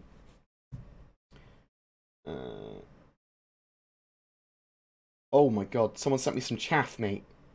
Don't know what currency that is.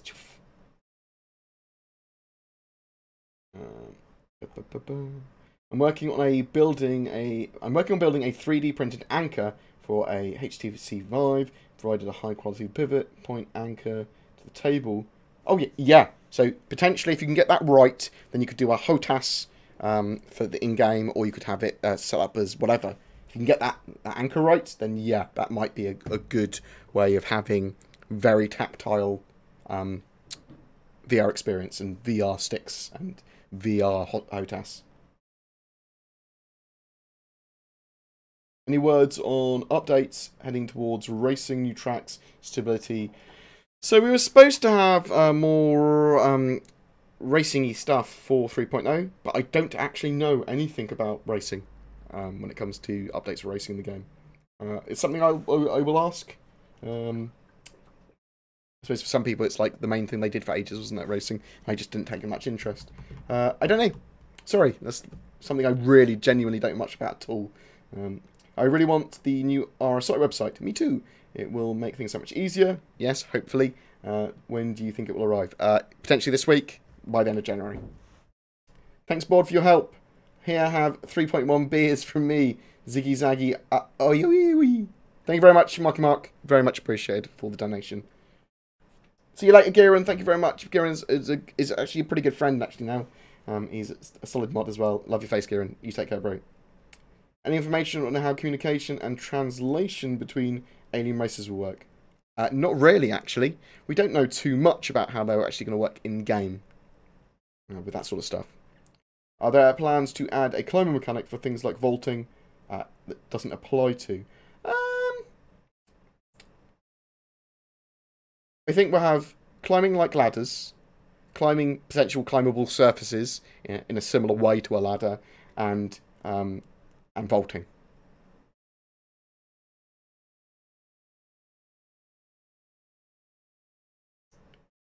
Are there plans to add a... That's what we just read. Do you think they'll use in-game vending machines to get a drink and food to provide buffs? I love the idea of interacting with them as well. I love the idea of being able to drink and stuff in-game. I just don't like the idea of them affecting me with buffs, really. I'm not a fan of survival mechanics in Star Citizen, to be honest. That aren't environmental or oxygen and that sort of thing. You say that Rec will be out for out of verse game modes only. Does that mean the missing Rec items in 3.0 we had in 2.6 for our ships to use in the verse is a feature, not a bug? Sorry, I don't understand what you're saying, but you shouldn't be able to use Rec items in the persistent universe on your ships. They only should exist in Star Marine and a Marine Commander. That is what the intention will be eventually.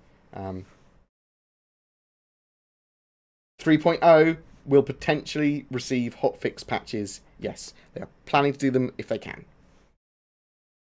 That's probably the best way of explaining it.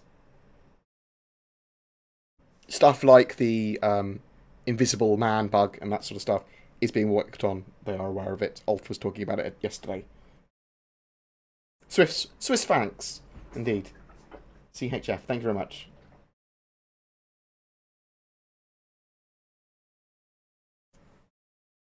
See if you've got the gift option on your ship if you want to move it between accounts.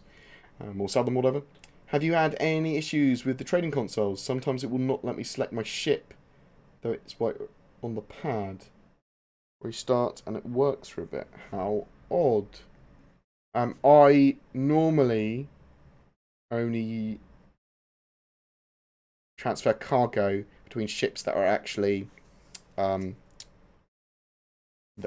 have been ATC'd back into the hangar.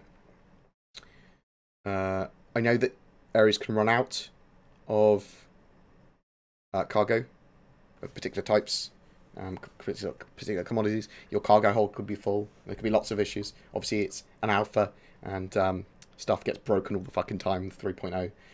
What is Reverse the Verse? Reverse the Verse is basically what Happy Hour sort of like became, but Reverse the Verse is more of a chill dev talk where they get people, anyone that's available in the offices will come down and chat kind of live all together on a Twitch stream.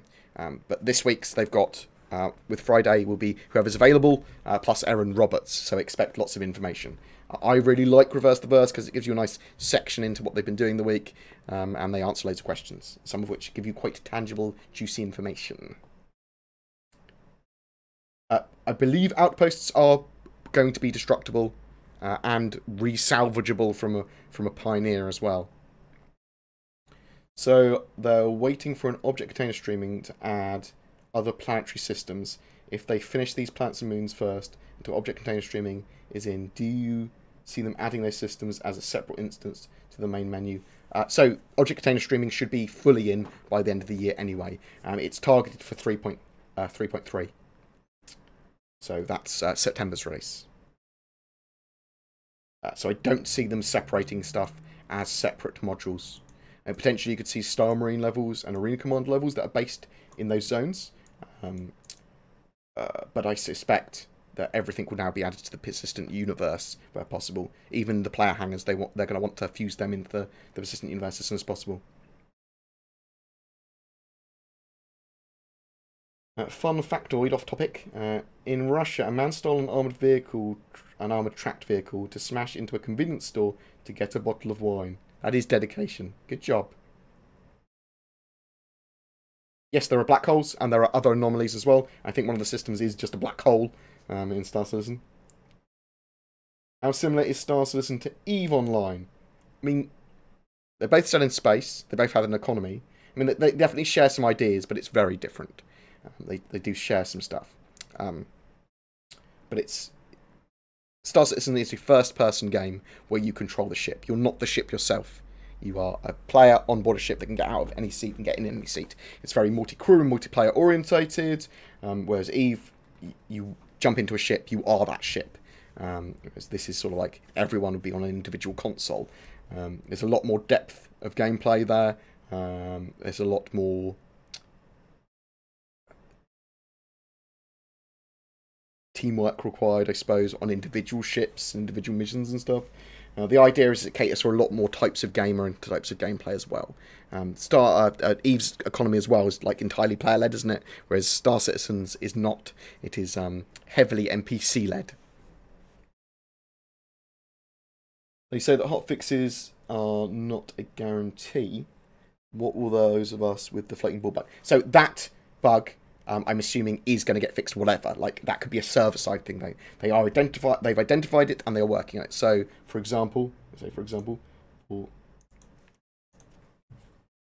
this is someone complaining about, literally, this is someone complaining about the bug, which is, support, where are you? I've been waiting a week, I can't play because of the bug, and he's got the Invisible Man floating ball bug. And obviously, he was complaining because they were away at Christmas. And he says, hi, and everyone else experiencing this issue. This is from Ulf. We have seen reports of this bug that's affecting some accounts, and we're already looking into it. I understand this is very frustrating, and we will share a solution as soon as it's available. And this is true of all hotfixes. They will add hotfixes if and when they can fix them, and if it's sensible for them to do so. But obviously, that sort of thing that prevents you from playing, if it is not given attention that it deserves, that is not acceptable. And we as a community need to make sure that is addressed. So we will. I will. I mean, keep on the CIG about it, but they are doing it. They're doing what they can. Any info in regards to the update passes of existing ships, in particular the Redeemer? It needs to go through second phase concept, I believe. It's a low priority ship, so I'm not expecting to see it until 2019. Question, post a link to holiday Christmas shells for discount. Ships at discount. It's no longer on, is it? I know that the tank is still available until the 15th. But should I upgrade to the Android? You're more than welcome to post any links you want if it's in regards to that. Should I upgrade to the Andromeda from the Taurus? Simple question. I would keep the Taurus for now. Because why not? You can always upgrade later. Squadron 42 is out this year. Can we expect about to travel to the Odin system by Q4? I don't think so. I mean, potentially, they might get jump points in for Q4, but I think it's much more likely to be a 2019 thing, jump points. But potentially, I think that like the Odin system is probably very likely to be the next system that we have access to. Because it makes sense, doesn't it?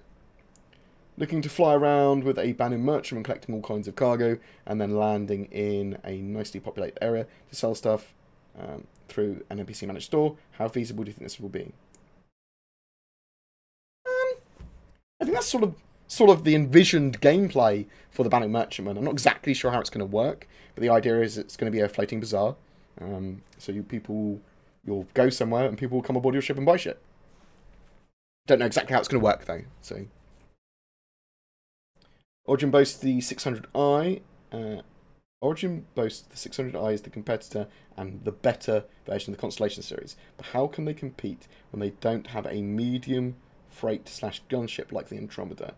I think the idea of the 600 series, the 600i, is that it's high tier luxury gear, which is going to be very good equipment, and it's got reasonably good hardpoints and stuff. It's just different strokes for different folks, isn't it? If you want a more focused experience that's more combat-y, that's more sensible, and it's cheaper, then definitely go for the Andromeda.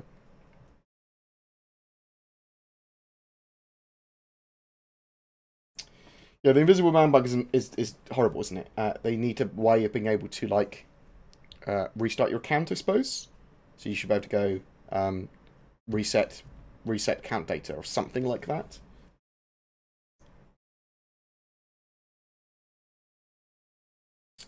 So, as well, Star Marine and Arena Commander are modules of Star Citizen. They're effectively free additions to Star Citizen or Squadron 42. But yeah, don't tell Crytek. When do you think we'll be able to get the planet Lear 3 in Star Citizen? Well, that was the planet that was shown in the CitizenCon 20... What's the Gamescom? It's in the 2016 demo, whatever it was. And it looked pretty good, the Sandworm planet. I don't know when we're going to get it. It might appear in another system. Or maybe they're making Lear. Maybe they're making Lear, and that's why we saw Lear 3 as well. So maybe we'll see Odin and Lear as the next planets, as the next systems.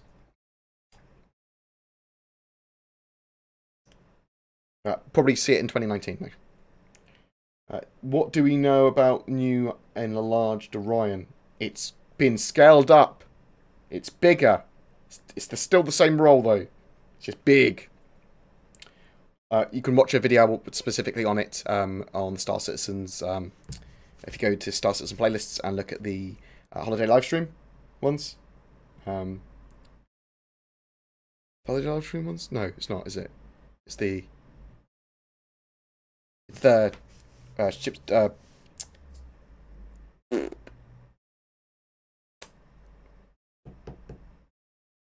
There's a set of videos on all the ship manufacturers, basically, that came out relatively recently, and it's in there, and they talk about the size increase. But basically, it's just been scaled up. Other than that, it's the same role. Is there ship insurance like an Eve? Yes, there's ship insurance like an Eve, and that's the sort of idea that they're going for. You can buy different levels of ship insurance eventually. Some ships can be bought now. You can't ever lose the ship that you buy now. Apparently now, they will stay on your account. You have to, if you don't have insurance for some reason, if you've forgotten to pay the insurance after it's ended, then those ships will be available on your account again, but you have to pay a huge amount of the like UBC excess. Yes, so you can build bases in UBE space, and so you place a land claim down on the ground in UBE space, and then that area would be patrolled and have the rights of this is your land. So if trespassers come onto it, they'd be warned to leave. If they try and steal anything or damage anything, they would get a criminal record. And the idea is that security would eventually turn up to repel them in UEE space. You could also have defences and stuff there as well. Yes, and there are UEE police that will turn up, or private security forces that will turn up in certain systems. At home! You're right, Jay Lee, I love your face. Hello, Bored, just tuned in. What's up with the rec store right now? It only shows one weapon available. They are redoing it, I assume, for the new website. So we will be getting a new website that will be here in our hands by the end of January. Could be today, could be tomorrow, could be the end of January.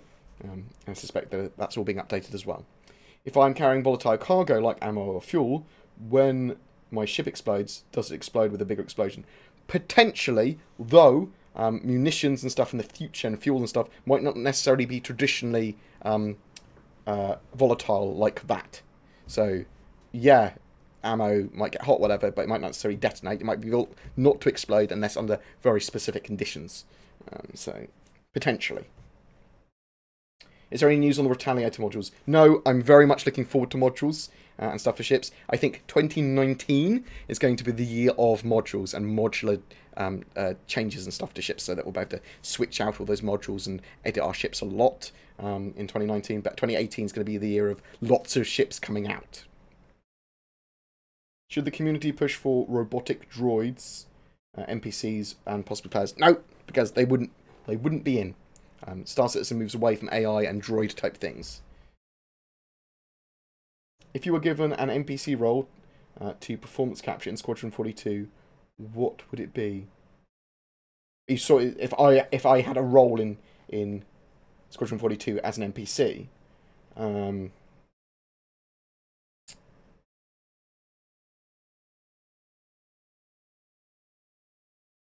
don't know. I wouldn't want to die in Squadron 42. I'd want to live. I'd want to live. Probably want to be complaining about something. I don't know. I have no idea. That's a really good question. I don't know. I'll have to give it some thought.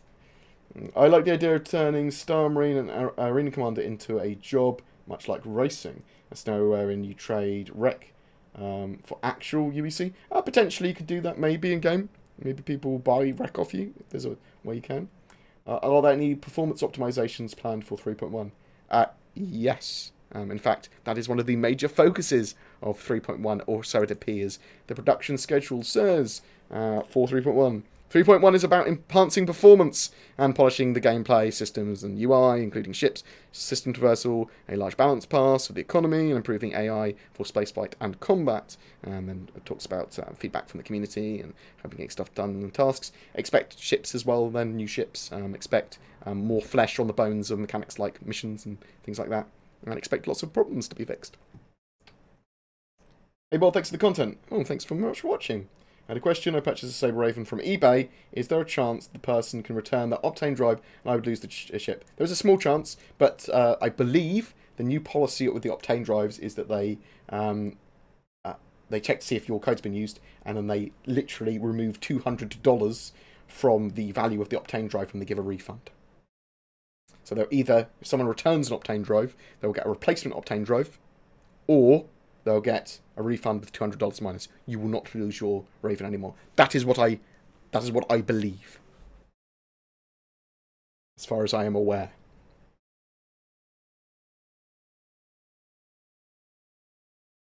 Yeah, the fuel's not necessarily flammable in the way that we understand it. It might require catalysts and things like that.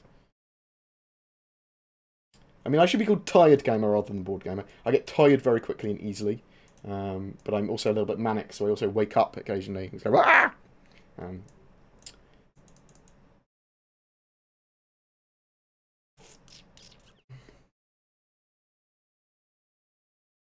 my god, yeah, Bored Man. It would just be Egg, wouldn't it? That's going to be Egg would be my my cool name, my cool sign. Do you think orgs will be able to buy stock in orgs like corporations? I don't know. I'd like to see an expansive economy, but I'm not sure if it will have stocks and shares. I mean, someone might do a stocks and shares system outside of the game when they have APIs and things. And you could do that with UBC and shit as well. So maybe. Will the Constellations still use the front landing turbine like in the Aquila commercial? Or will they have transitioned to thrusters altogether? Oh, I see what you mean. I don't know, actually.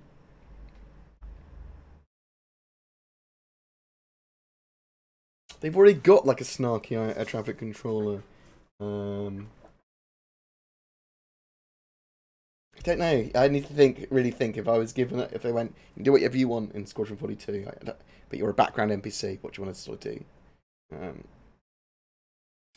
Do you expect both the Carrack and the Banner Merchantman to be in the game by end of 2018? I expect the Carrack to be there. I'm not sure about the Banner Merchantman. Do you think the Hawk could be a light fighter? It is a light fighter. You'll be able to hold its own against light fighters. I mean, It's a light fighter with lots of munitions on it.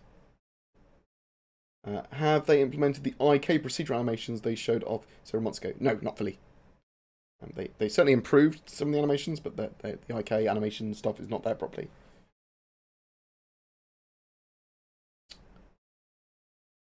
Are the old itemized schedule images still valid?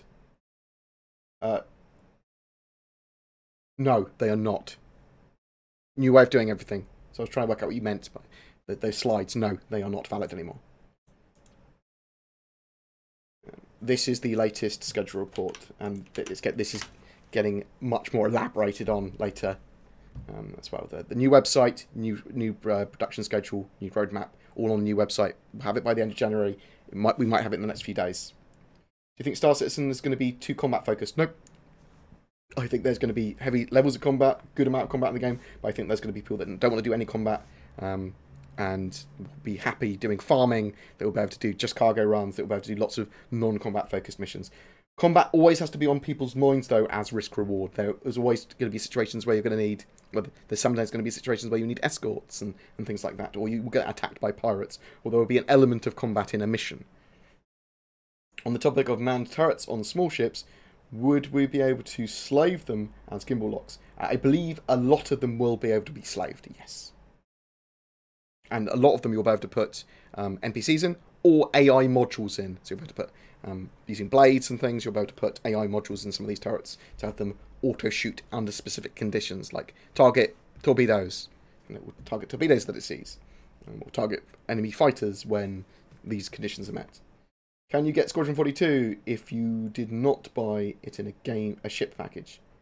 You can buy a Squadron 42 package separate from a Star Citizen package. I can play it on my laptop. Sort of. I'm getting a new laptop. Last month the stream paid for towards a new laptop.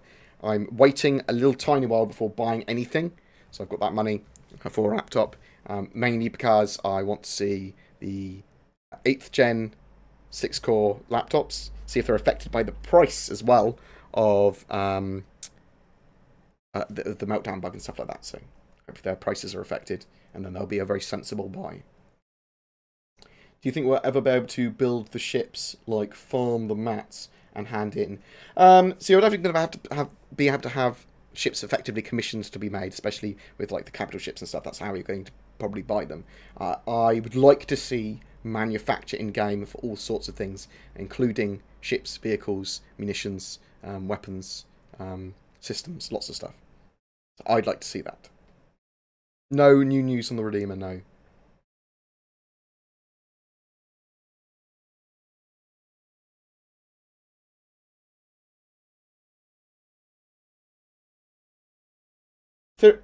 Thanric, you can ask your question again. Sorry, I don't know what it was. I don't know what question. Did I answer your question? I'm not sure if I did or not. Sorry, bro.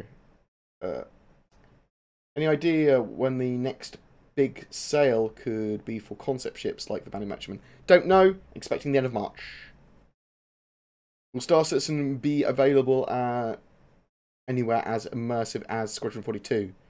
Will the locations be available in both games? Yeah, it should be. Should be available in both games. It'll be very similar universes. Well, the same universe, but you know what I mean? It's not going to be any less detailed.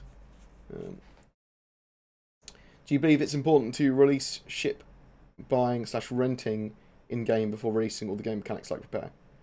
Yeah, I think you need to be able to buy ships ASAP in-game with Alpha UEC. We hopefully should be seeing it in 3.1. So, end of March release. That's what I'm expecting to see ships being bought in-game.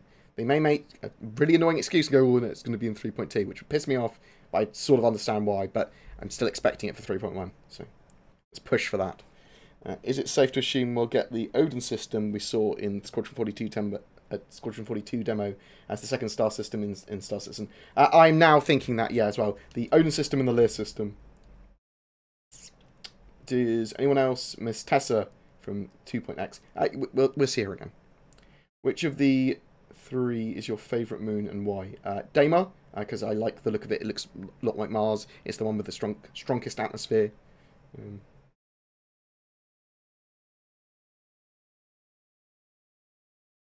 NSS, I don't know how to answer that question.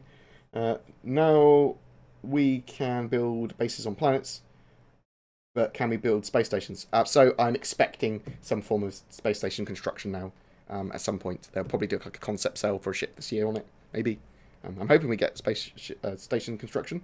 You'd have to have it in designated zones only, though, or in UEE space anyway. Best ship package for me starting out under £100. Probably an Avenger Titan.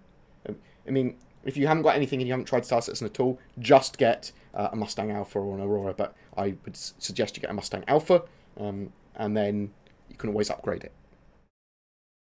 And if you are going to think of a genuine upgrade, think about upgrading it to the Avenger Titan. Great multi-role ship, a little bit of everything, and then you can. It's only a little bit more money, and then you can do kind of get everything else in game, and you're not skipping gameplay. Any hotfix expected? We talked about it a few times before. They'll deploy hotfixes as and when they can, as and when it's sensible. And there are a few things that they obviously need to get sorted ASAP, like with the Invisible Man bug. What was the first ship you would want to earn in game? Good question. I don't know. I don't have my sights set on that sort of stuff yet, because then it will change and evolve based on how the game works. I'll probably work out what ships make money, and what ships I can get my other mates in. I don't know.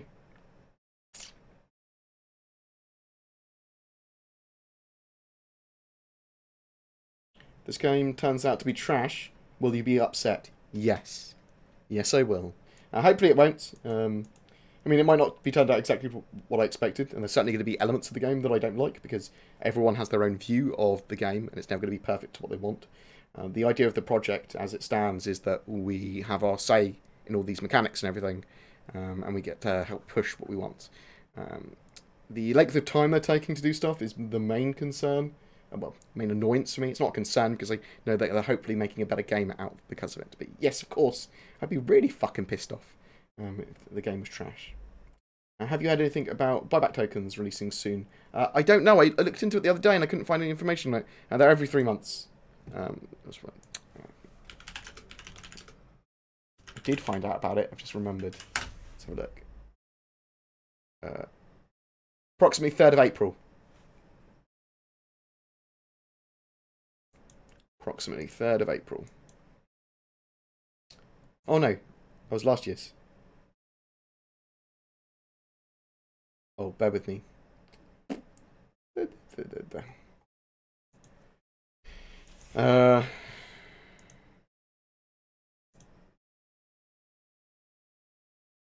should get them any day, shouldn't we? Any day now, maybe? I don't know. I'll have to look again. I'm an idiot. I'm sorry. I did look it up and sort of find something. So there is a redacted podcast, but I might not be able to be there because I've got some stuff to do.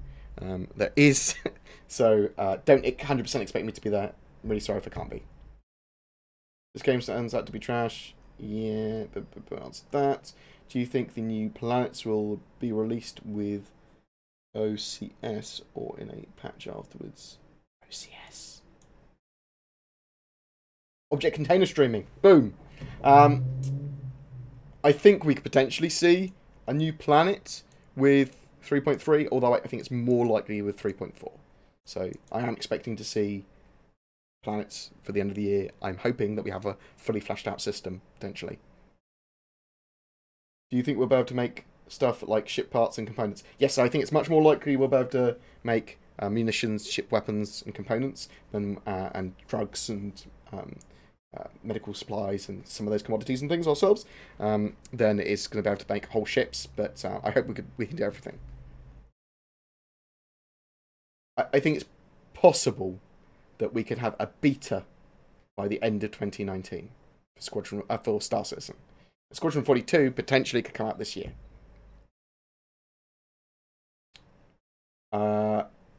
There is going to be slavery in game. I'm not sure how that's going to work with players. There's going to be obviously bounty hunting as well. So they need to give more and more infos. Do you think it will be ever be beneficial to not wear your spacesuit and helmet while inside a base or ship. Well, you'd be using oxygen. It might slow you down. They need to make it so that it's not the best option to wear while you're in a ship just chilling.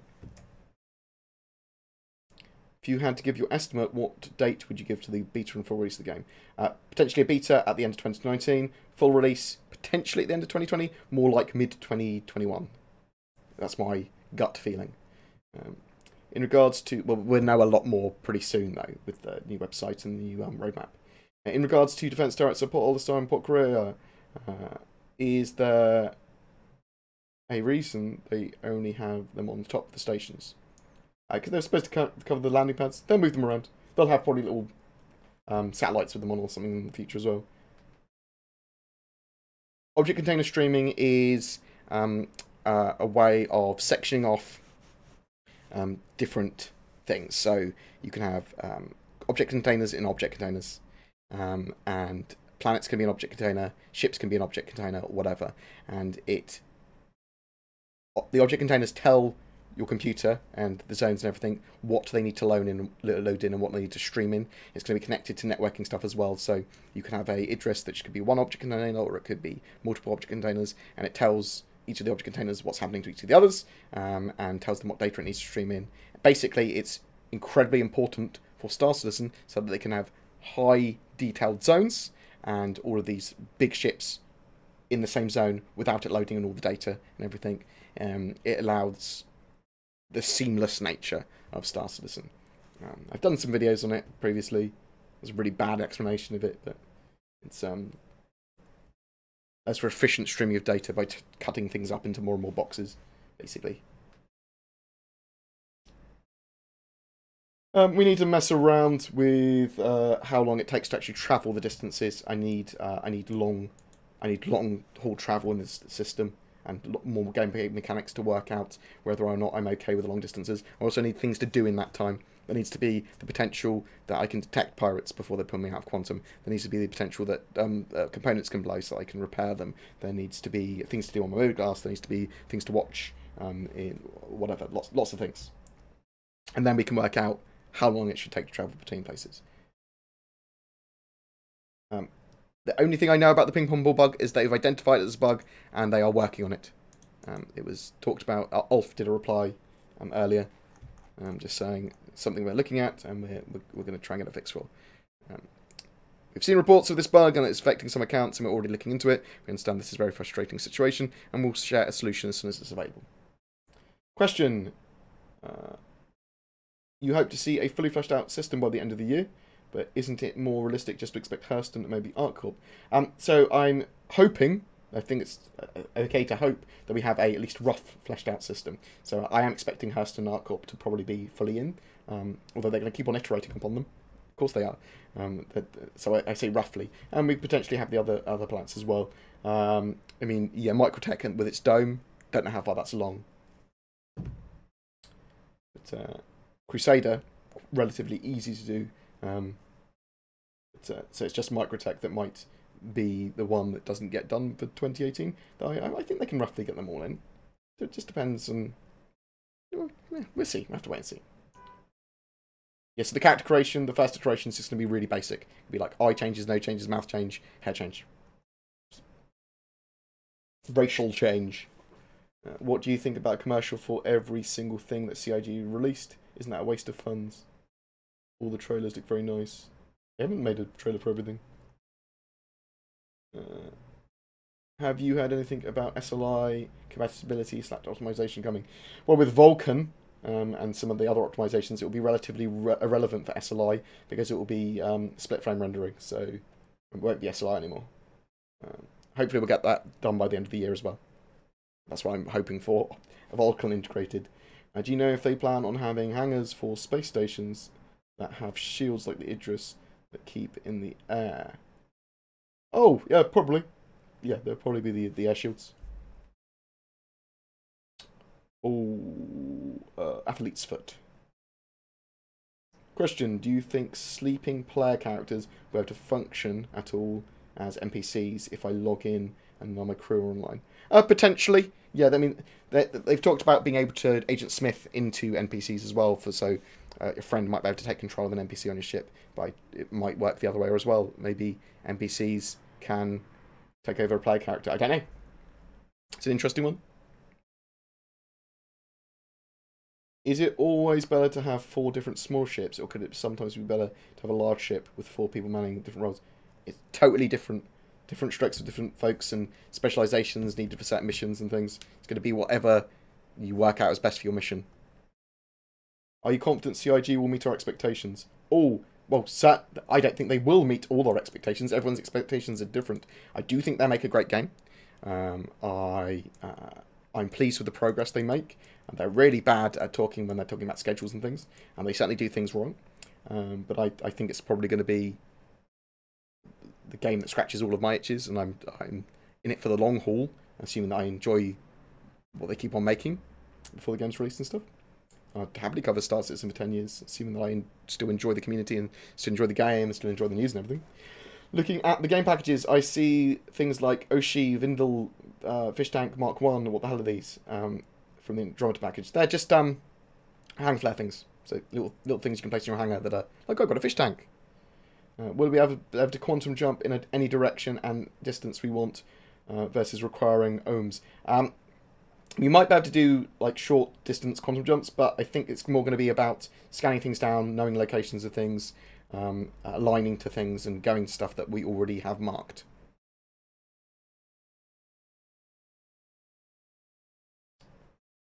Opinion on the fraud lawsuit? What fraud lawsuit? You don't know anything about a fraud lawsuit? Know about Crytek's lawsuit? Is it a small claims sort of like troll CIG lawsuit? I'll have a look at it in a minute if there's. Do you know if we're adding any other cool gadgets such as grappling hooks or jump jets, so there will be many quirks when it comes to missions and gunplay? I think we'll see grappling hooks because they want to do the end of game style Satterball. Yeah, so I think we'll see possibly see jump jetty stuff as well. I mean, we've got the EVA system, which is basically jump jetty. Yeah, I think we'll see stuff like that. Best conservative estimate for performance gains in 3.1. I don't know. It's going to be different for different people, isn't it? Do you think aliens be strictly humanoid? Oh, so in the short term, strictly humanoid, although we might see some more after that. Also, we'll see alien creatures that aren't humanoid, definitely. I'm going to jump off and grab some food, and then I have to go and help some people do some stuff.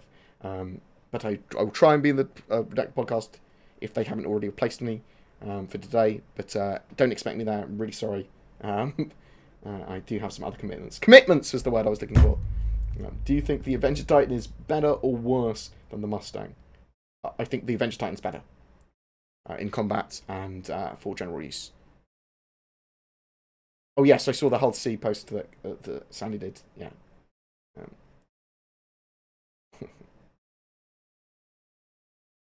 That'll just be a he's more entitled to do what he wants to do, but that's more probably just a troll of CIG more than anything. It'll be you can't deal with this properly in court, you have to deal with it personally sort of troll, I expect. Can you repeat the bit about SLI, please?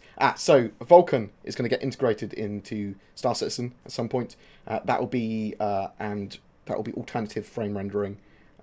Split frame rendering, in fact. So SLI is alternate frame rendering and stuff.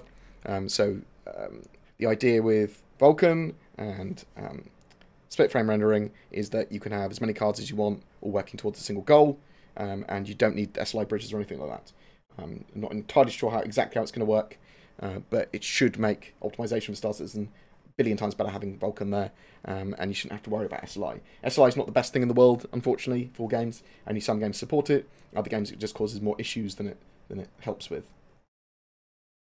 Do you think there will ever be another deal like Lost Holiday Sale, including 60 months of insurance? Yeah, potentially. See ships with lifetime insurance and stuff as well. Don't worry, Darkoff, I'll have a look for it in a minute. I will absorb all information on everything, whether it be troll or bullshit stuff, or stuff that's critical of Star Citizen, or stuff that's really, really super fanboy, or whatever. all of your videos. Appreciate it, bro. Thank you very much. Thank you. Thank you for all the love. Oh, God. Oh, God, thank you so much for all the cheer. Jeez. Enjoy the content you produce. Thanks for the stream. Thank you very much. Thanks for the name. Can everyone just be called Numbers from that? Not Numbers, but like 1 and 2 and stuff. That would be so much easier. Oh. Actually, can everyone just be called 1? That'd be just done. Right. Fucking love you guys. I'm going to go host someone on the Twitches. Tricksy little hobbitses. Oh, Imitun. I don't know how to say it. Motion. In motion. In motion! Yes! We got there. It's weird. I feel like my brain is equipped to absorb information very quickly, but I can't read names or stuff. It took me ages to read his name. Oh my fucking god, I'm the worst. Oh, I love you. Oh. Yeah, but let's go see someone else that's streaming Star Citizens. Remember that in about an hour, there will be the Redacted podcast on Source's channel, so go check that out. In the meantime, we are going to raid one of these bad boys. Who's Cray Raiden? Who the fuck is this guy? Go raid him. What else is on? There's a wolf. Kurosagi. Lots of French people. There's me. I can't raid myself twice. Otherwise I would this other this guy. Oh god, the craze now talking about players in game. Oh, what's he talking about? Players in game. Oh yes. Griefers! Oh god. Griefers? Number of players. Someone playing. I mean, this dude's an actual wolf, but he's French. I'm gonna have to go raid Kurosagi. Are there even 4 comrades to turn off? Love you guys. We're gonna go raid this lovely mother trucker. I don't know if there are 4 comrades to turn on. BoredGamer. Having issues, but we're gonna go raid this lovely mother trucker. I don't know if there are 4 comrades to turn on. No, it's me twice. Bad me. Here we go. There we go. Done. What else have we got? Much love, Bored. Thanks for the show. Thank you. Remember to join us on Redacted in about an hour. I might not be there, but I might be. Who fucking knows? He knows me. Love you guys. Love your faces. And I will get some more videos up tomorrow.